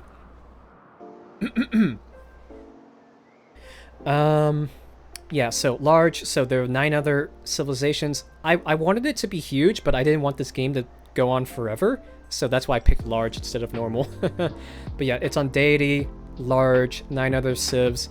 No special game modes, because I just wanted to introduce the vanilla game for everyone whose first time it is, so I could explain all the mechanics without going to some of the more special game modes. And yeah, we're just playing a regular game on some default-ish settings. All map generation settings are defaults, nothing special about them, so no game mode, so pretty vanilla here.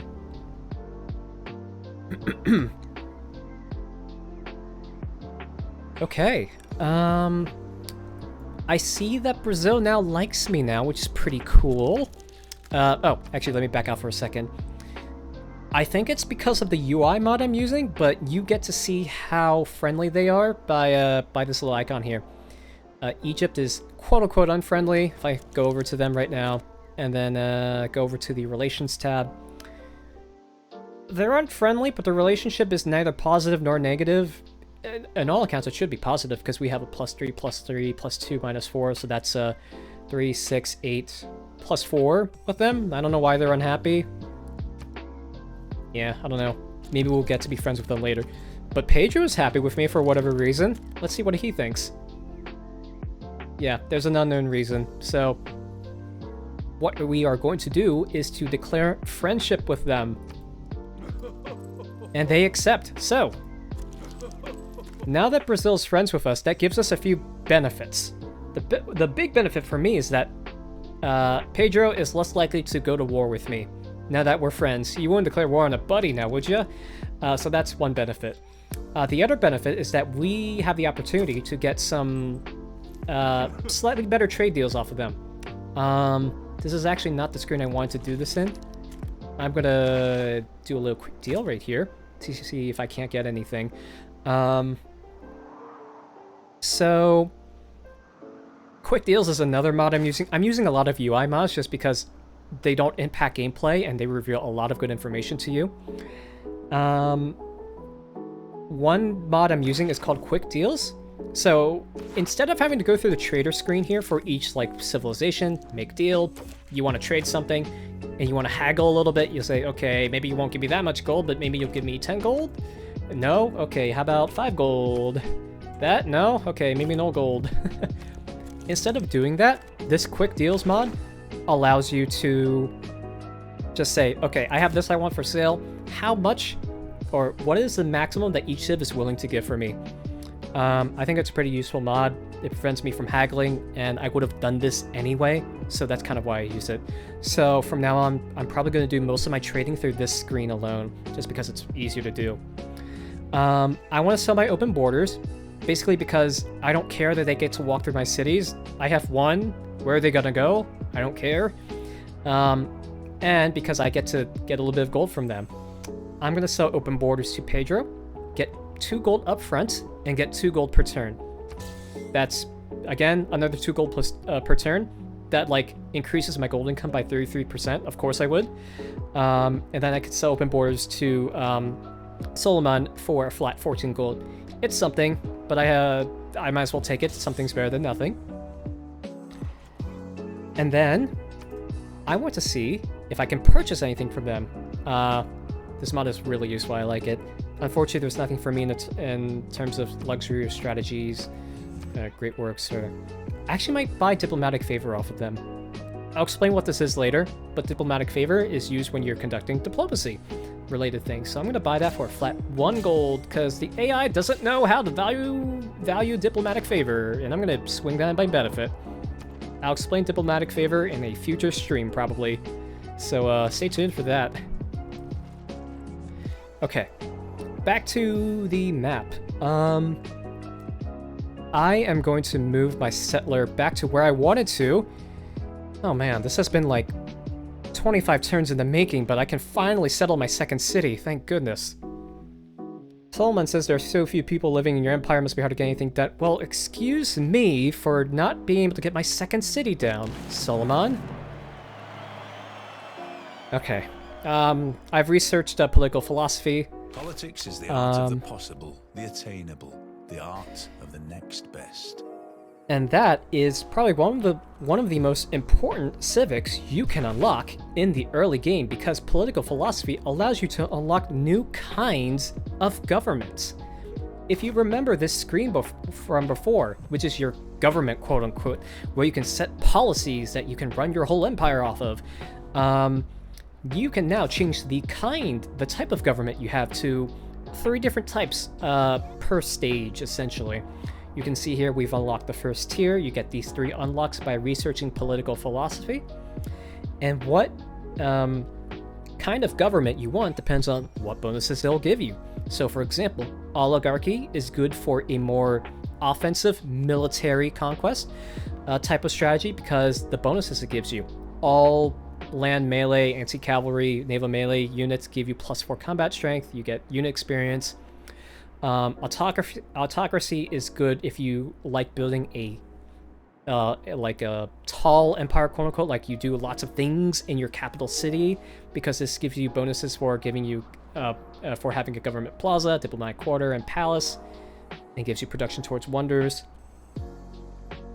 And Classical Republic, which I'm going to choose, which is my favorite and perhaps the meta pick, quote unquote. Don't let that, you know, unduly influence you. But if you don't know what you're doing, Classical Republic is a pretty good go-to, because it gives you housing and amenity, which is important for growing your cities.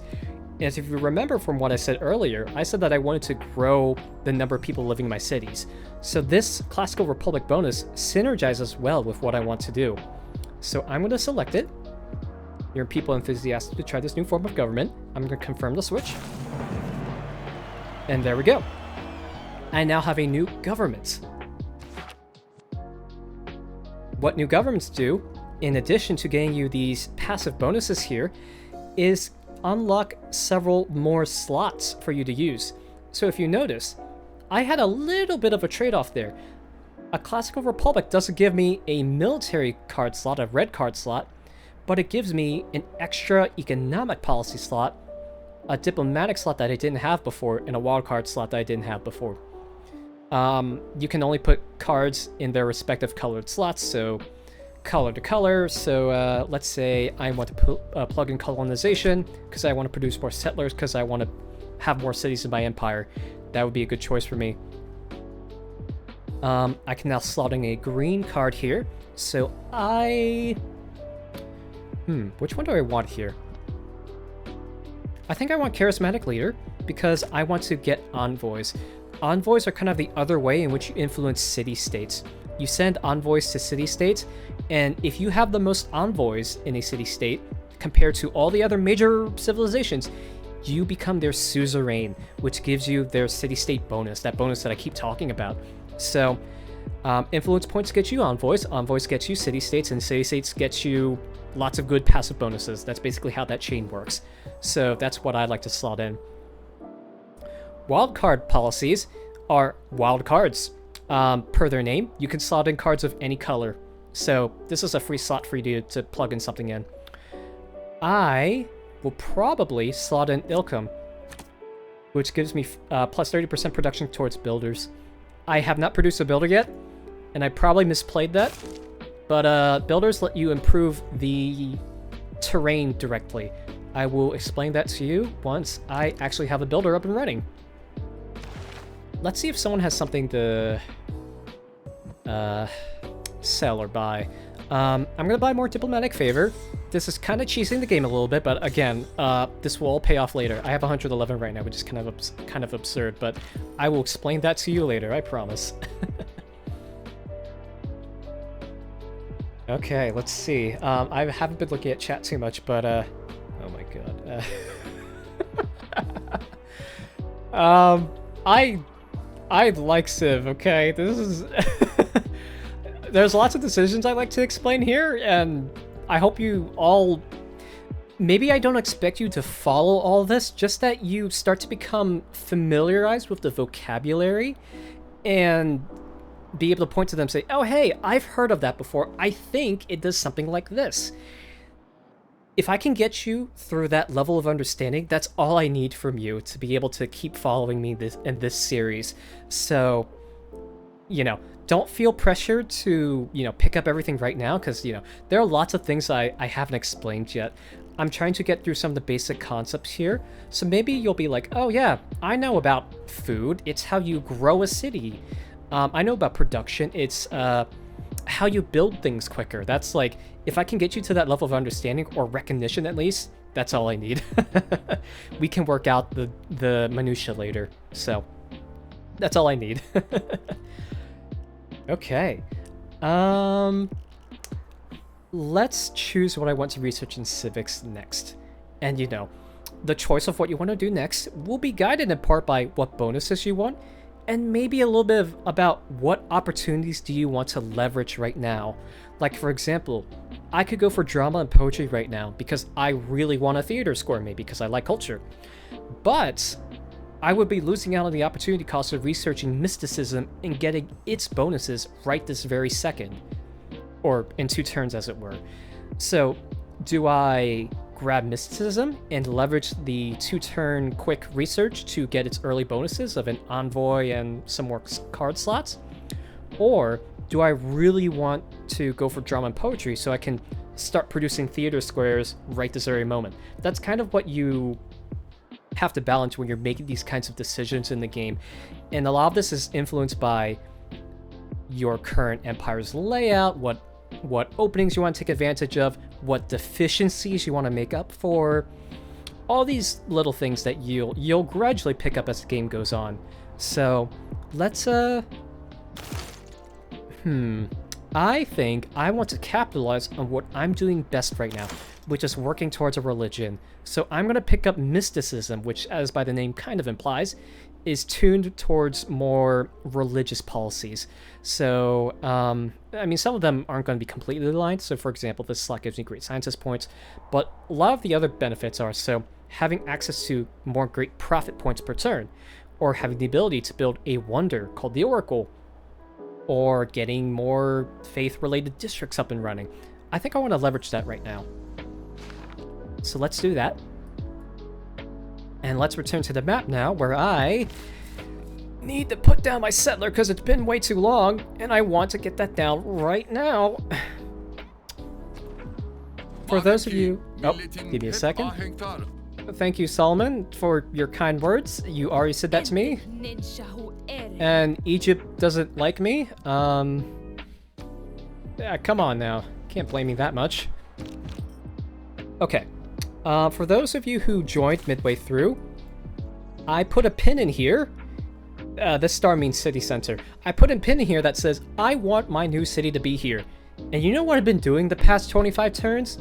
Getting this guy back after I blundered it to the barbarians. So now I'm going to spend another 1, 2, 3, 4, 5, 6 turns walking it over so I can put down my next city. Oh, man. And again, Egypt hates me.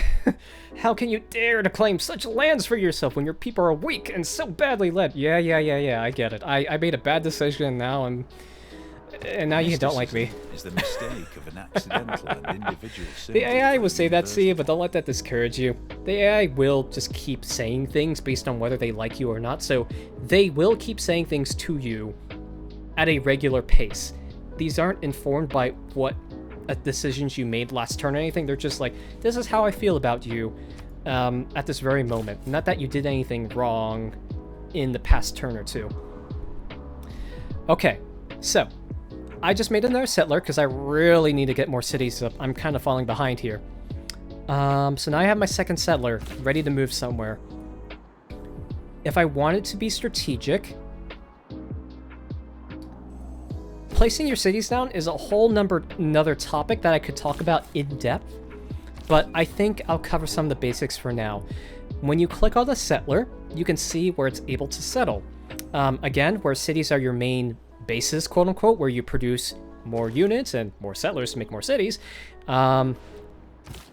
it's often good to think about where they would be best suited. What's generally good is to have as many cities as possible. The more cities you have, the more gains you can get, essentially. The more gold you can produce, the more science, the more culture, the more faith, the more everything you can produce, the more cities you have. Cities are your basis for producing everything your empire needs. So that's why I like to crowd them together as close as possible to make room for as many cities as possible. And the reason why you do that is because cities have a range in which they block other cities from being settled. Within a city, they can work up to 3 tiles away. And that means no other city can be settled within 3 tiles surrounding another city.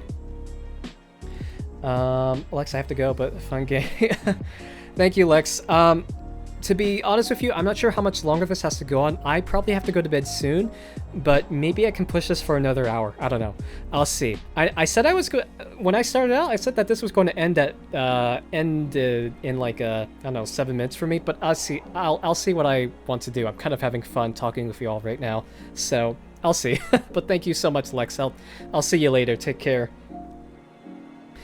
Okay. So yeah. So for settlers, these red tiles mean you can't settle in there. You're too close to another city, or there's a mountain in the way. You can't settle on mountains. Mountains are inhospitable to human life, so you can't settle on there.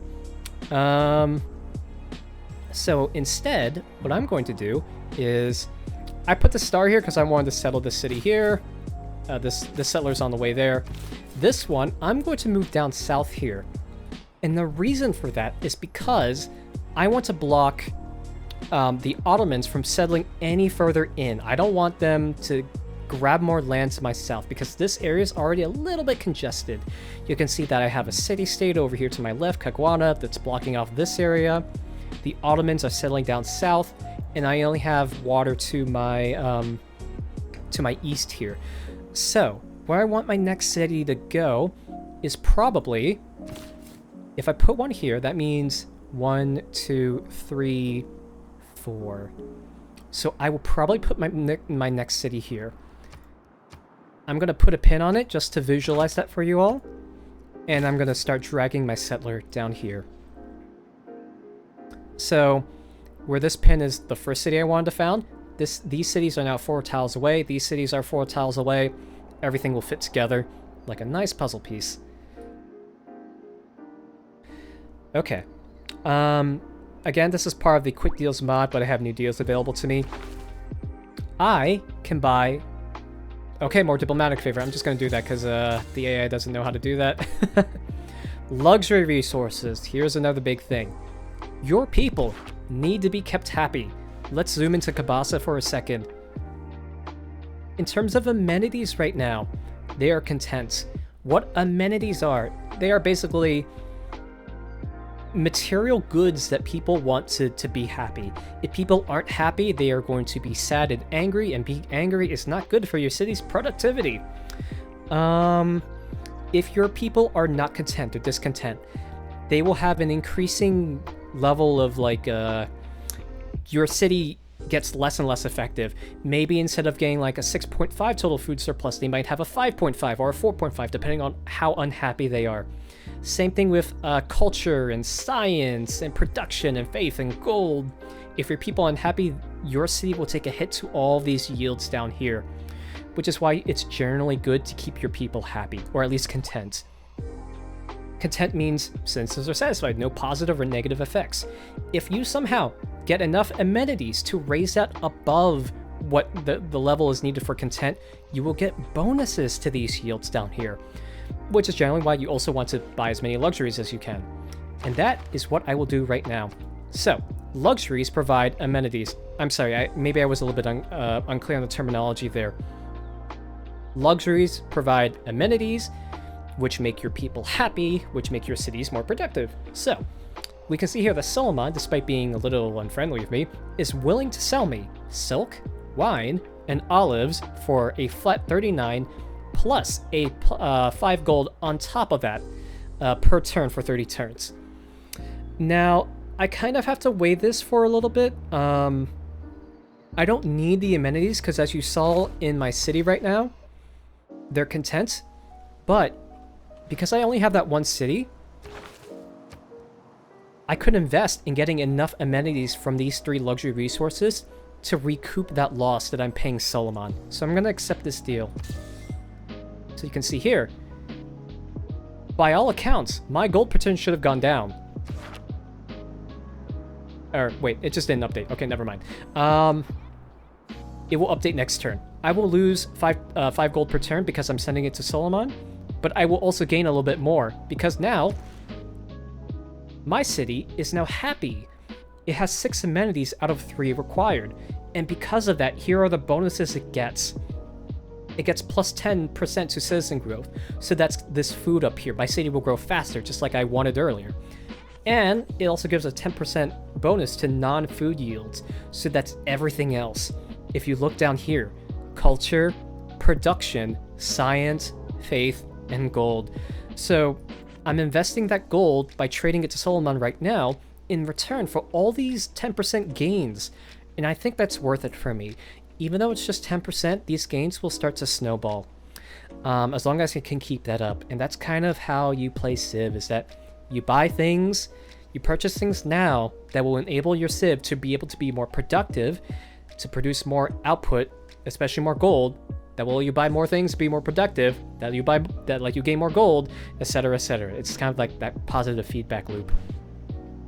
So, I'm pretty happy about that trade deal. Even though that's a plus 5 gold or minus 5 gold to me, I'm willing to invest that now. Okay, next thing I want to talk about. I have enough envoys. Let's go up here to the upper right corner. I know there are lots of menus going back and forth, so don't feel like you have to keep up with all these, but just know that these exist and that maybe you've heard of them before. I am going to send an envoy to a city-state. Envoys are yet another kind of currency that are specifically used to gain control, essentially, of city-states, these non-playable cities here. By gaining control of them, that's called being their suzerain, or gaining suzerainty over them. And by doing that, you get a few bonuses off of them. So, I will do that right now. Which one do I want, actually? If I hover over them, and again, the UI might look a little different on your screen because I'm using a few UI mods that makes it clearer what the benefits are. If you're interested in the UI mods, I can link that later. But for here, each city-state has a different type, and like how it's beautifully laid out here, that was totally not intentional at all. I have one of each kind.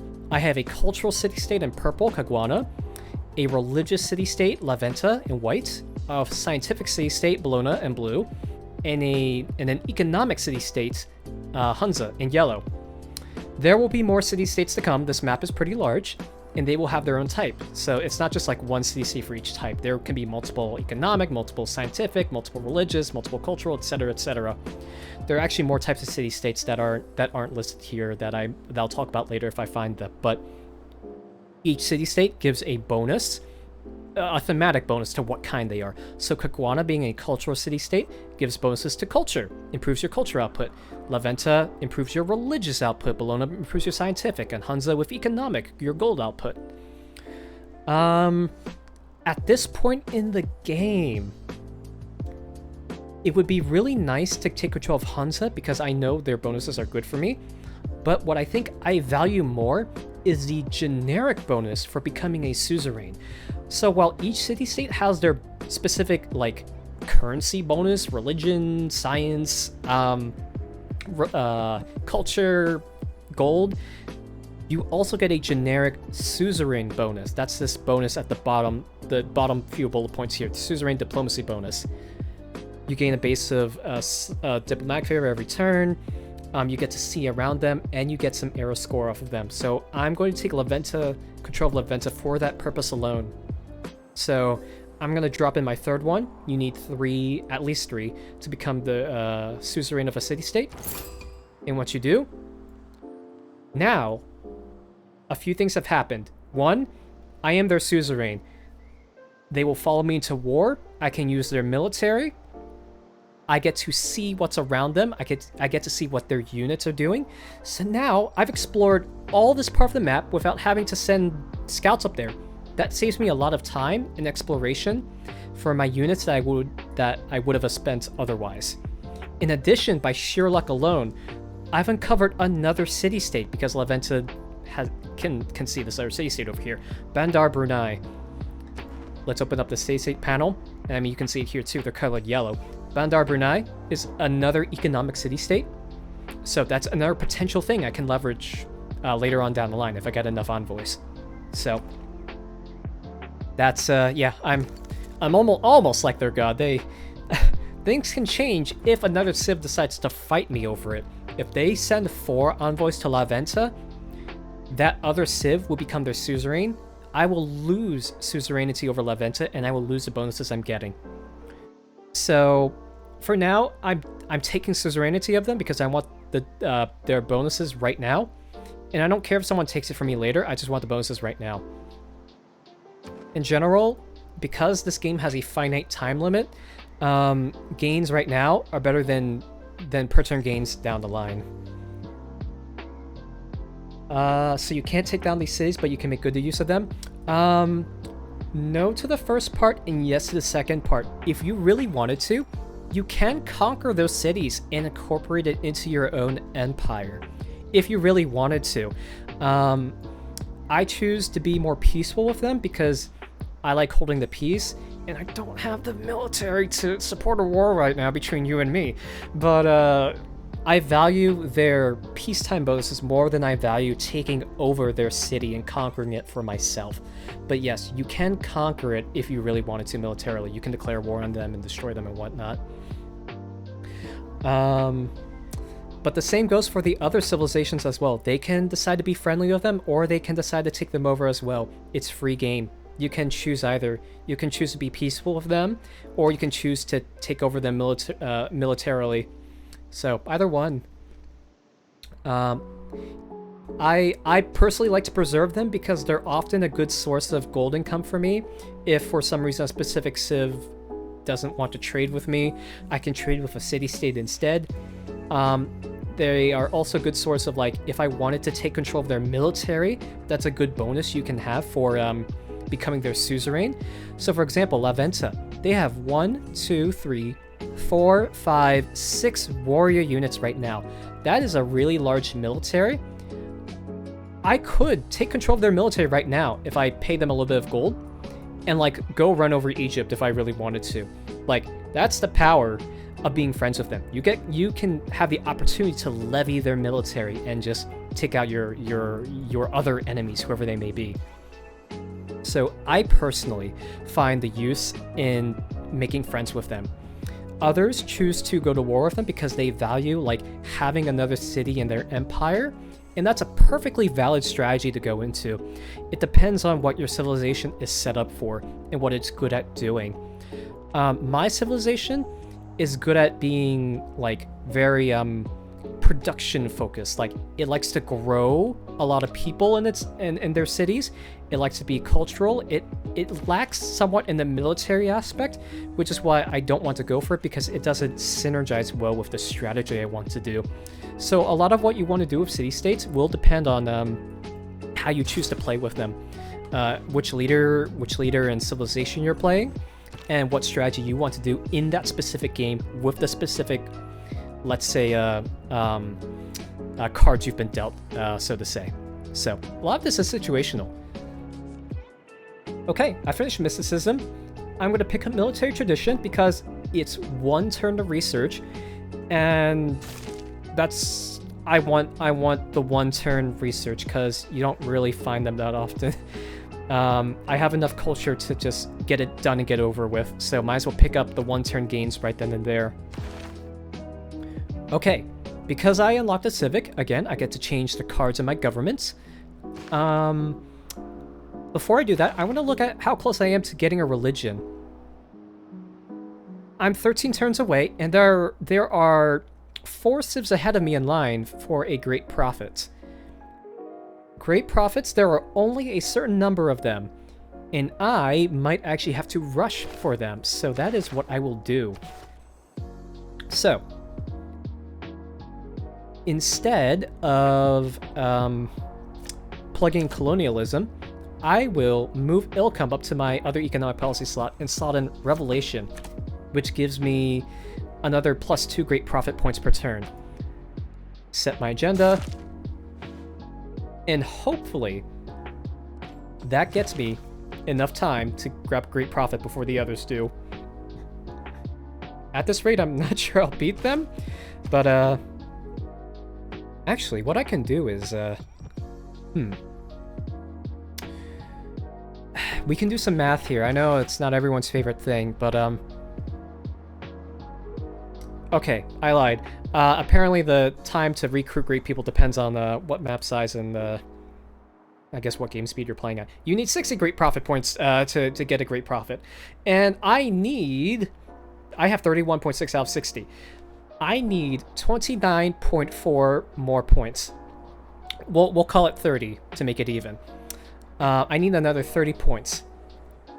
I make 2 right now, 2.3 by virtue of having my holy site, by virtue of having this holy site down, this whole tile right here that looks fancy, and this shrine, which is a building I've built here. +1 from the shrine, +1 from the holy site district.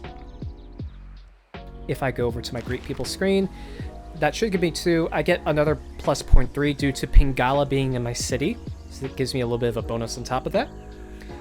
I just slotted in, if I go over to my government, I slotted in the Revelation card, which gives me another +2 on top of that.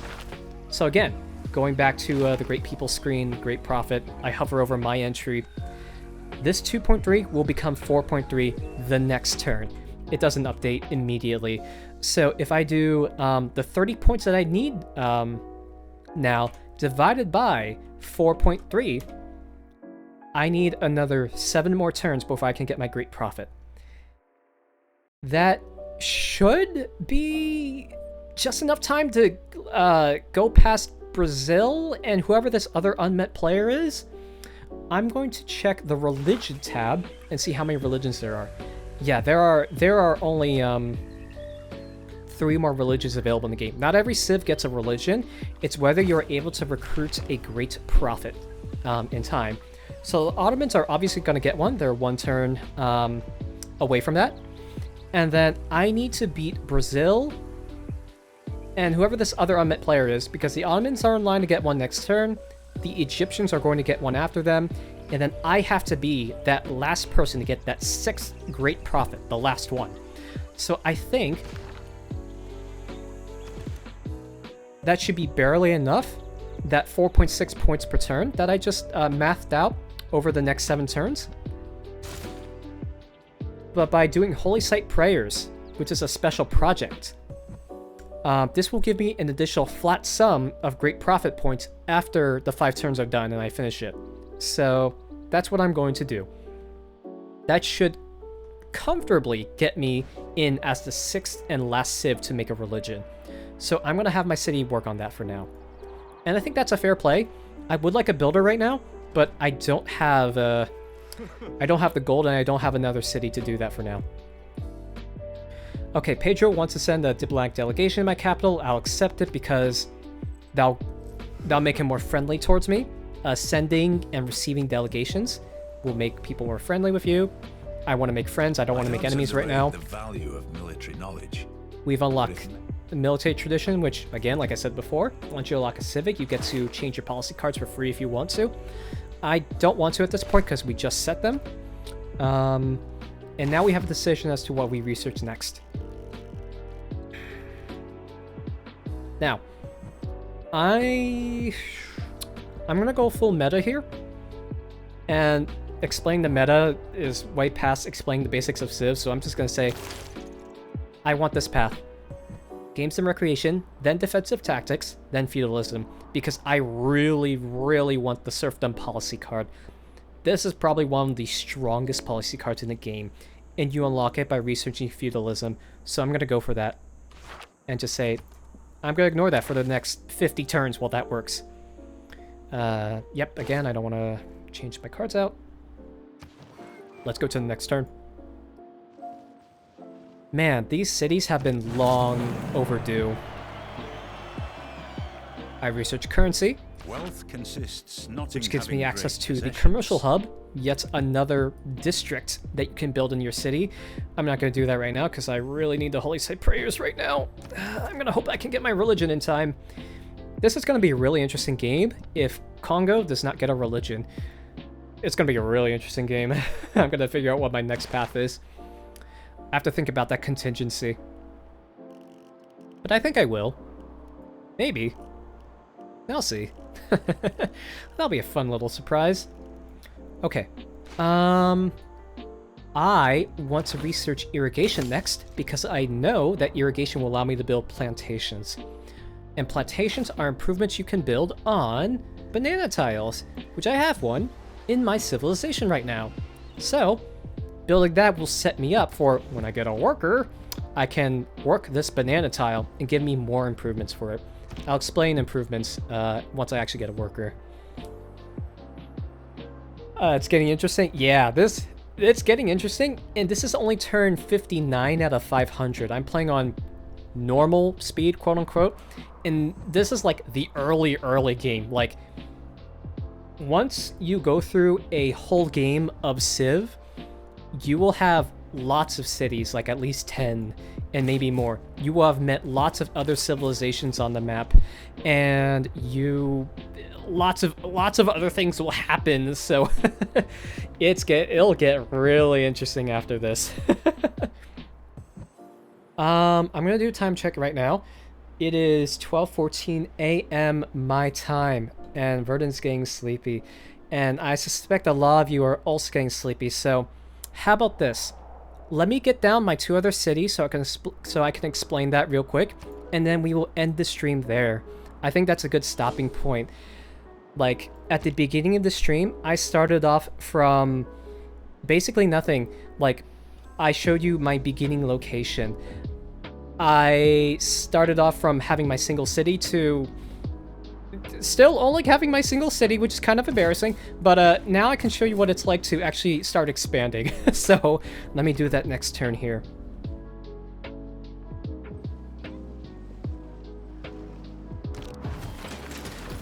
Okay, let's do that now. I can grab a great person. But first, let me switch out this holy site for prayers for a builder. I'll explain that next time. But yes, okay, there we go. So that's the plan. I grab a great prophet, and not a moment too soon, because Brazil was right on my tail there, right? So I'm gonna recruit the Greek prophet Confucius. Welcome, Confucius. I'm going to walk you over to my holy sites, and now we can get a religion. I've activated Confucius, and he has now enabled me to get a religion. Let's get it. This will be the last religion in the game, so I'm glad I snuck that under the fence. Okay. There are more than one symbol in each tile. I'll explain that right after I get my religion. Okay. I think... I think I'm gonna have to call this horseshoe crabs.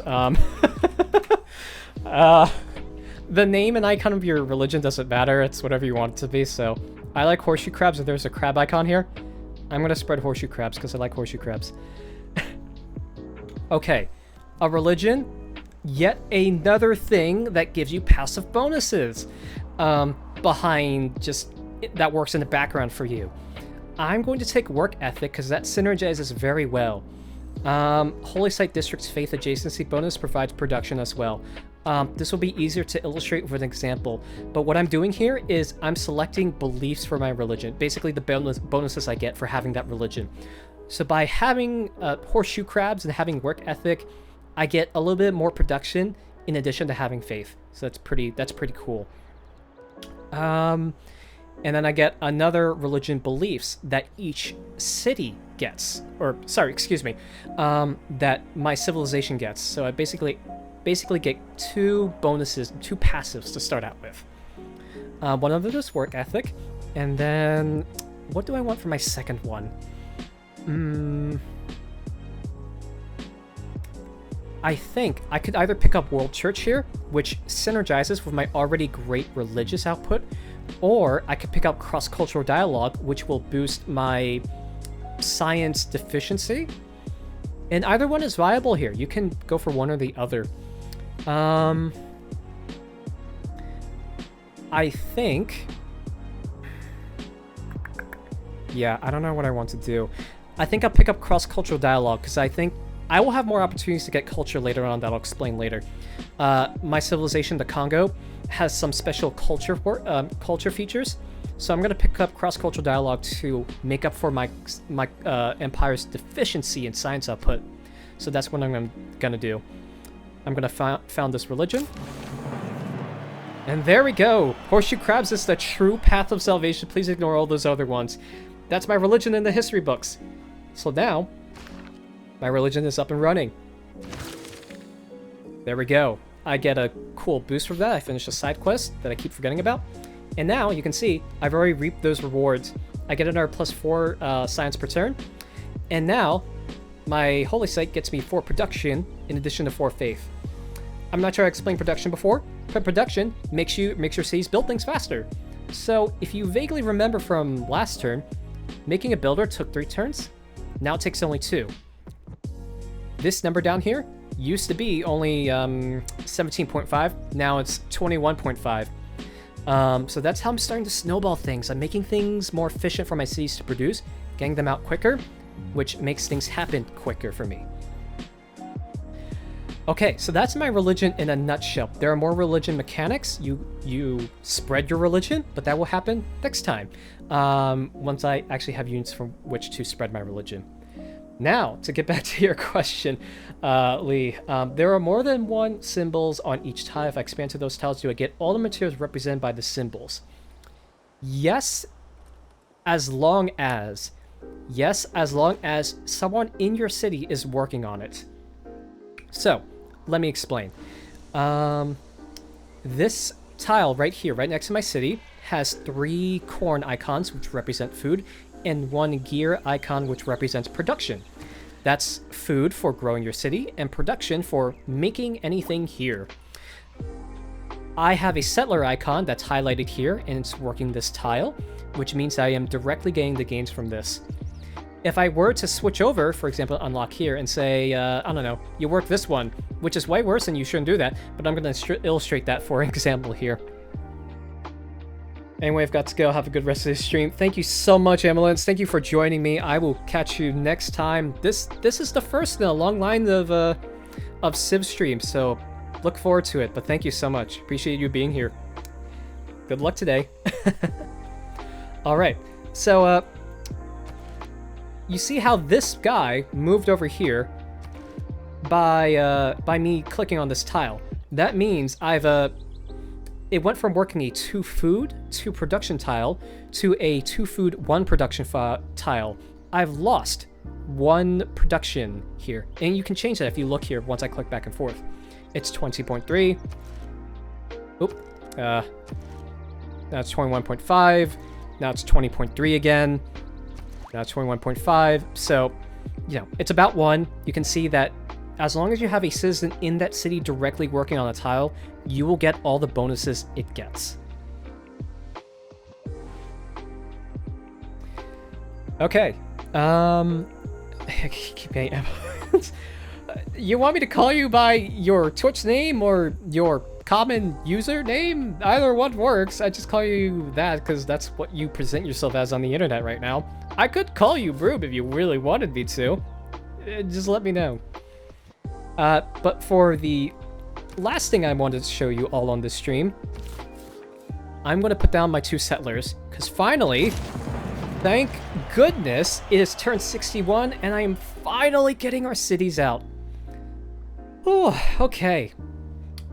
We happen to get a bonus from that arrow score for being within sight of the Chocolate Hills. Our people are happy that we've settled next to the Chocolate Hills.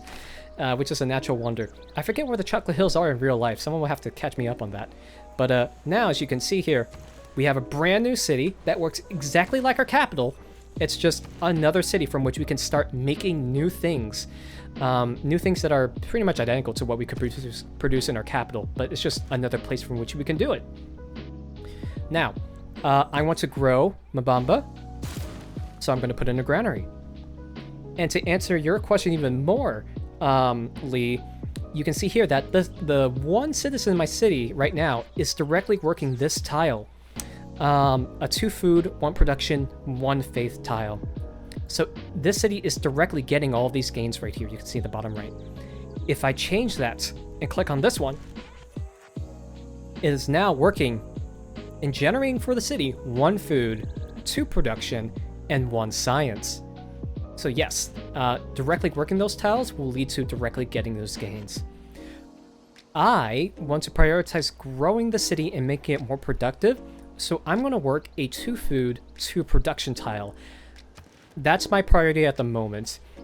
This 1 production, 1 faith is nice, but I'd rather have the extra points in production so it can build things quicker. That's what I really want to get up and running. Because the quicker I get my granary up and running, for example, the faster I would get more people in my city. And the more people in my city, the more like I can work this tile in addition to this tile now. So the faster I can produce more things, so the faster I can grow my city. And you can see how that snowballs from there on out. So my strategy is all about what will make things grow the fastest and get me the quickest return for investment. So that's Mambaba's strategy. Let's now slam down our 3rd city here.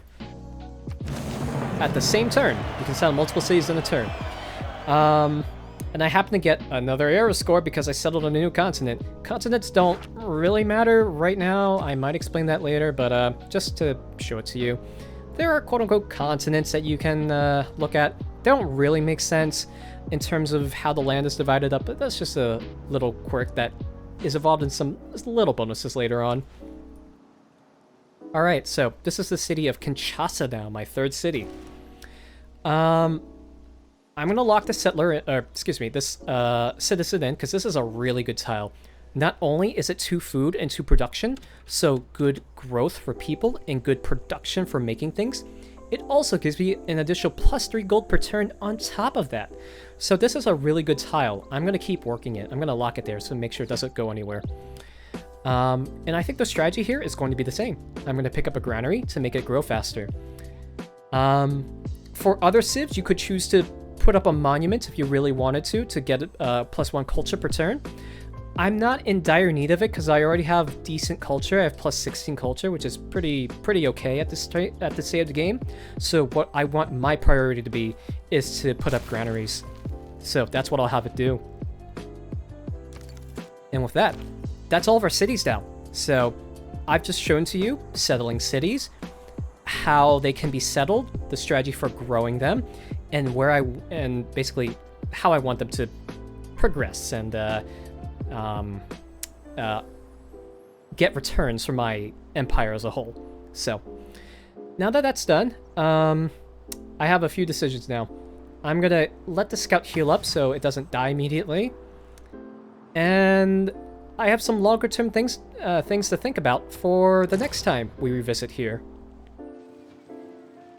I hit that next turn button, and yeah, I think I will leave it there for you all tonight. I've explained to you a lot of different things, and I know a lot of you, this is your first time looking at Civ in general, but there are a lot of mechanics I haven't talked about so far, and we're only in the early game. This is still early game stage. I haven't really interacted with the other civs yet. I haven't gone to war with anyone. I've barely climbed up like all the technologies in this tree. Like there are multiple eras of scientific improvement that you can go through. Lots of different features you can unlock. The civics tree, same thing here. Lots of civics you can unlock with a lot of bonuses. So there's a lot more to go. This is definitely part 1 in a multi-part series, where I try to explain Civ, make it as accessible as possible to beginners, and just have fun hanging out with you all. Again, I'll say what I said at the beginning of this stream. I stream erratically, randomly, but all my VODs are published on YouTube for posterity. Follow me on Twitch if you want to see when I stream next. But that will be it for me tonight. This has been Congo, led by Nzinga Mbande. This will be part 1 in a multi-part series of playing an entire game of vanilla Civilization 6. And I have a lot more to show you. A lot more decisions to make, a lot more gameplay to go through it, and a lot more vibing to do. So, yeah. Let me feature what's next on Civ. What's next on Civ is explaining a little bit more of long-term growth for this game, how I want to develop more cities in my empire, how we can synergize these cities' productions, and how I want to start interacting more with the other AI civilizations in the game. So all that to come at a later date. Let me see if there's anything else. Yeah, if you're a beginner to Civ, come hang out with me. Feel free to drop me any questions. I'm more than happy to explain them live on stream for you all. If you have anything specific or generic you'd like to talk about, or something you're confused about. I've played Civ for, I think Steam has me at over like 350 hours in this game, so I've spent a lot of time here, and I've made a couple mods myself for the game too. So I really do like it. I think it's a very well put together game, so I can't wait to experience more of this with you. Okay. I think that's it for the gameplay. I think we hit our follower goal, so thank you very much. I think I might be eligible for like Twitch affiliate now, so thank you all very much for that boost and confidence for me. I might be able to do some affiliate shenanigans now, depending on if I can get enough people shuttled in here to my stream. So if you like it, feel free to recommend me. If my voice isn't too off-putting and the vibes aren't too harsh. But yeah, beyond that, that is it for tonight's stream. I stream in the US Eastern time zone, so it is currently 12:30 a.m. for me. It is time for bed. If I had to plot out when my next stream might be, it might be on Saturday or Sunday or Monday, one of those 3 days. Again, I don't have a set schedule, unfortunately. I play things by ear. The only way you'll know definitively if I start streaming is if you follow me, you get that notification. Hit that notification bell. But that's generally how I like to roll things. But if you don't want to miss anything, I have all these streams up in my YouTube channel linked in my Twitch bio, so you won't miss anything even if you can't attend my live streams.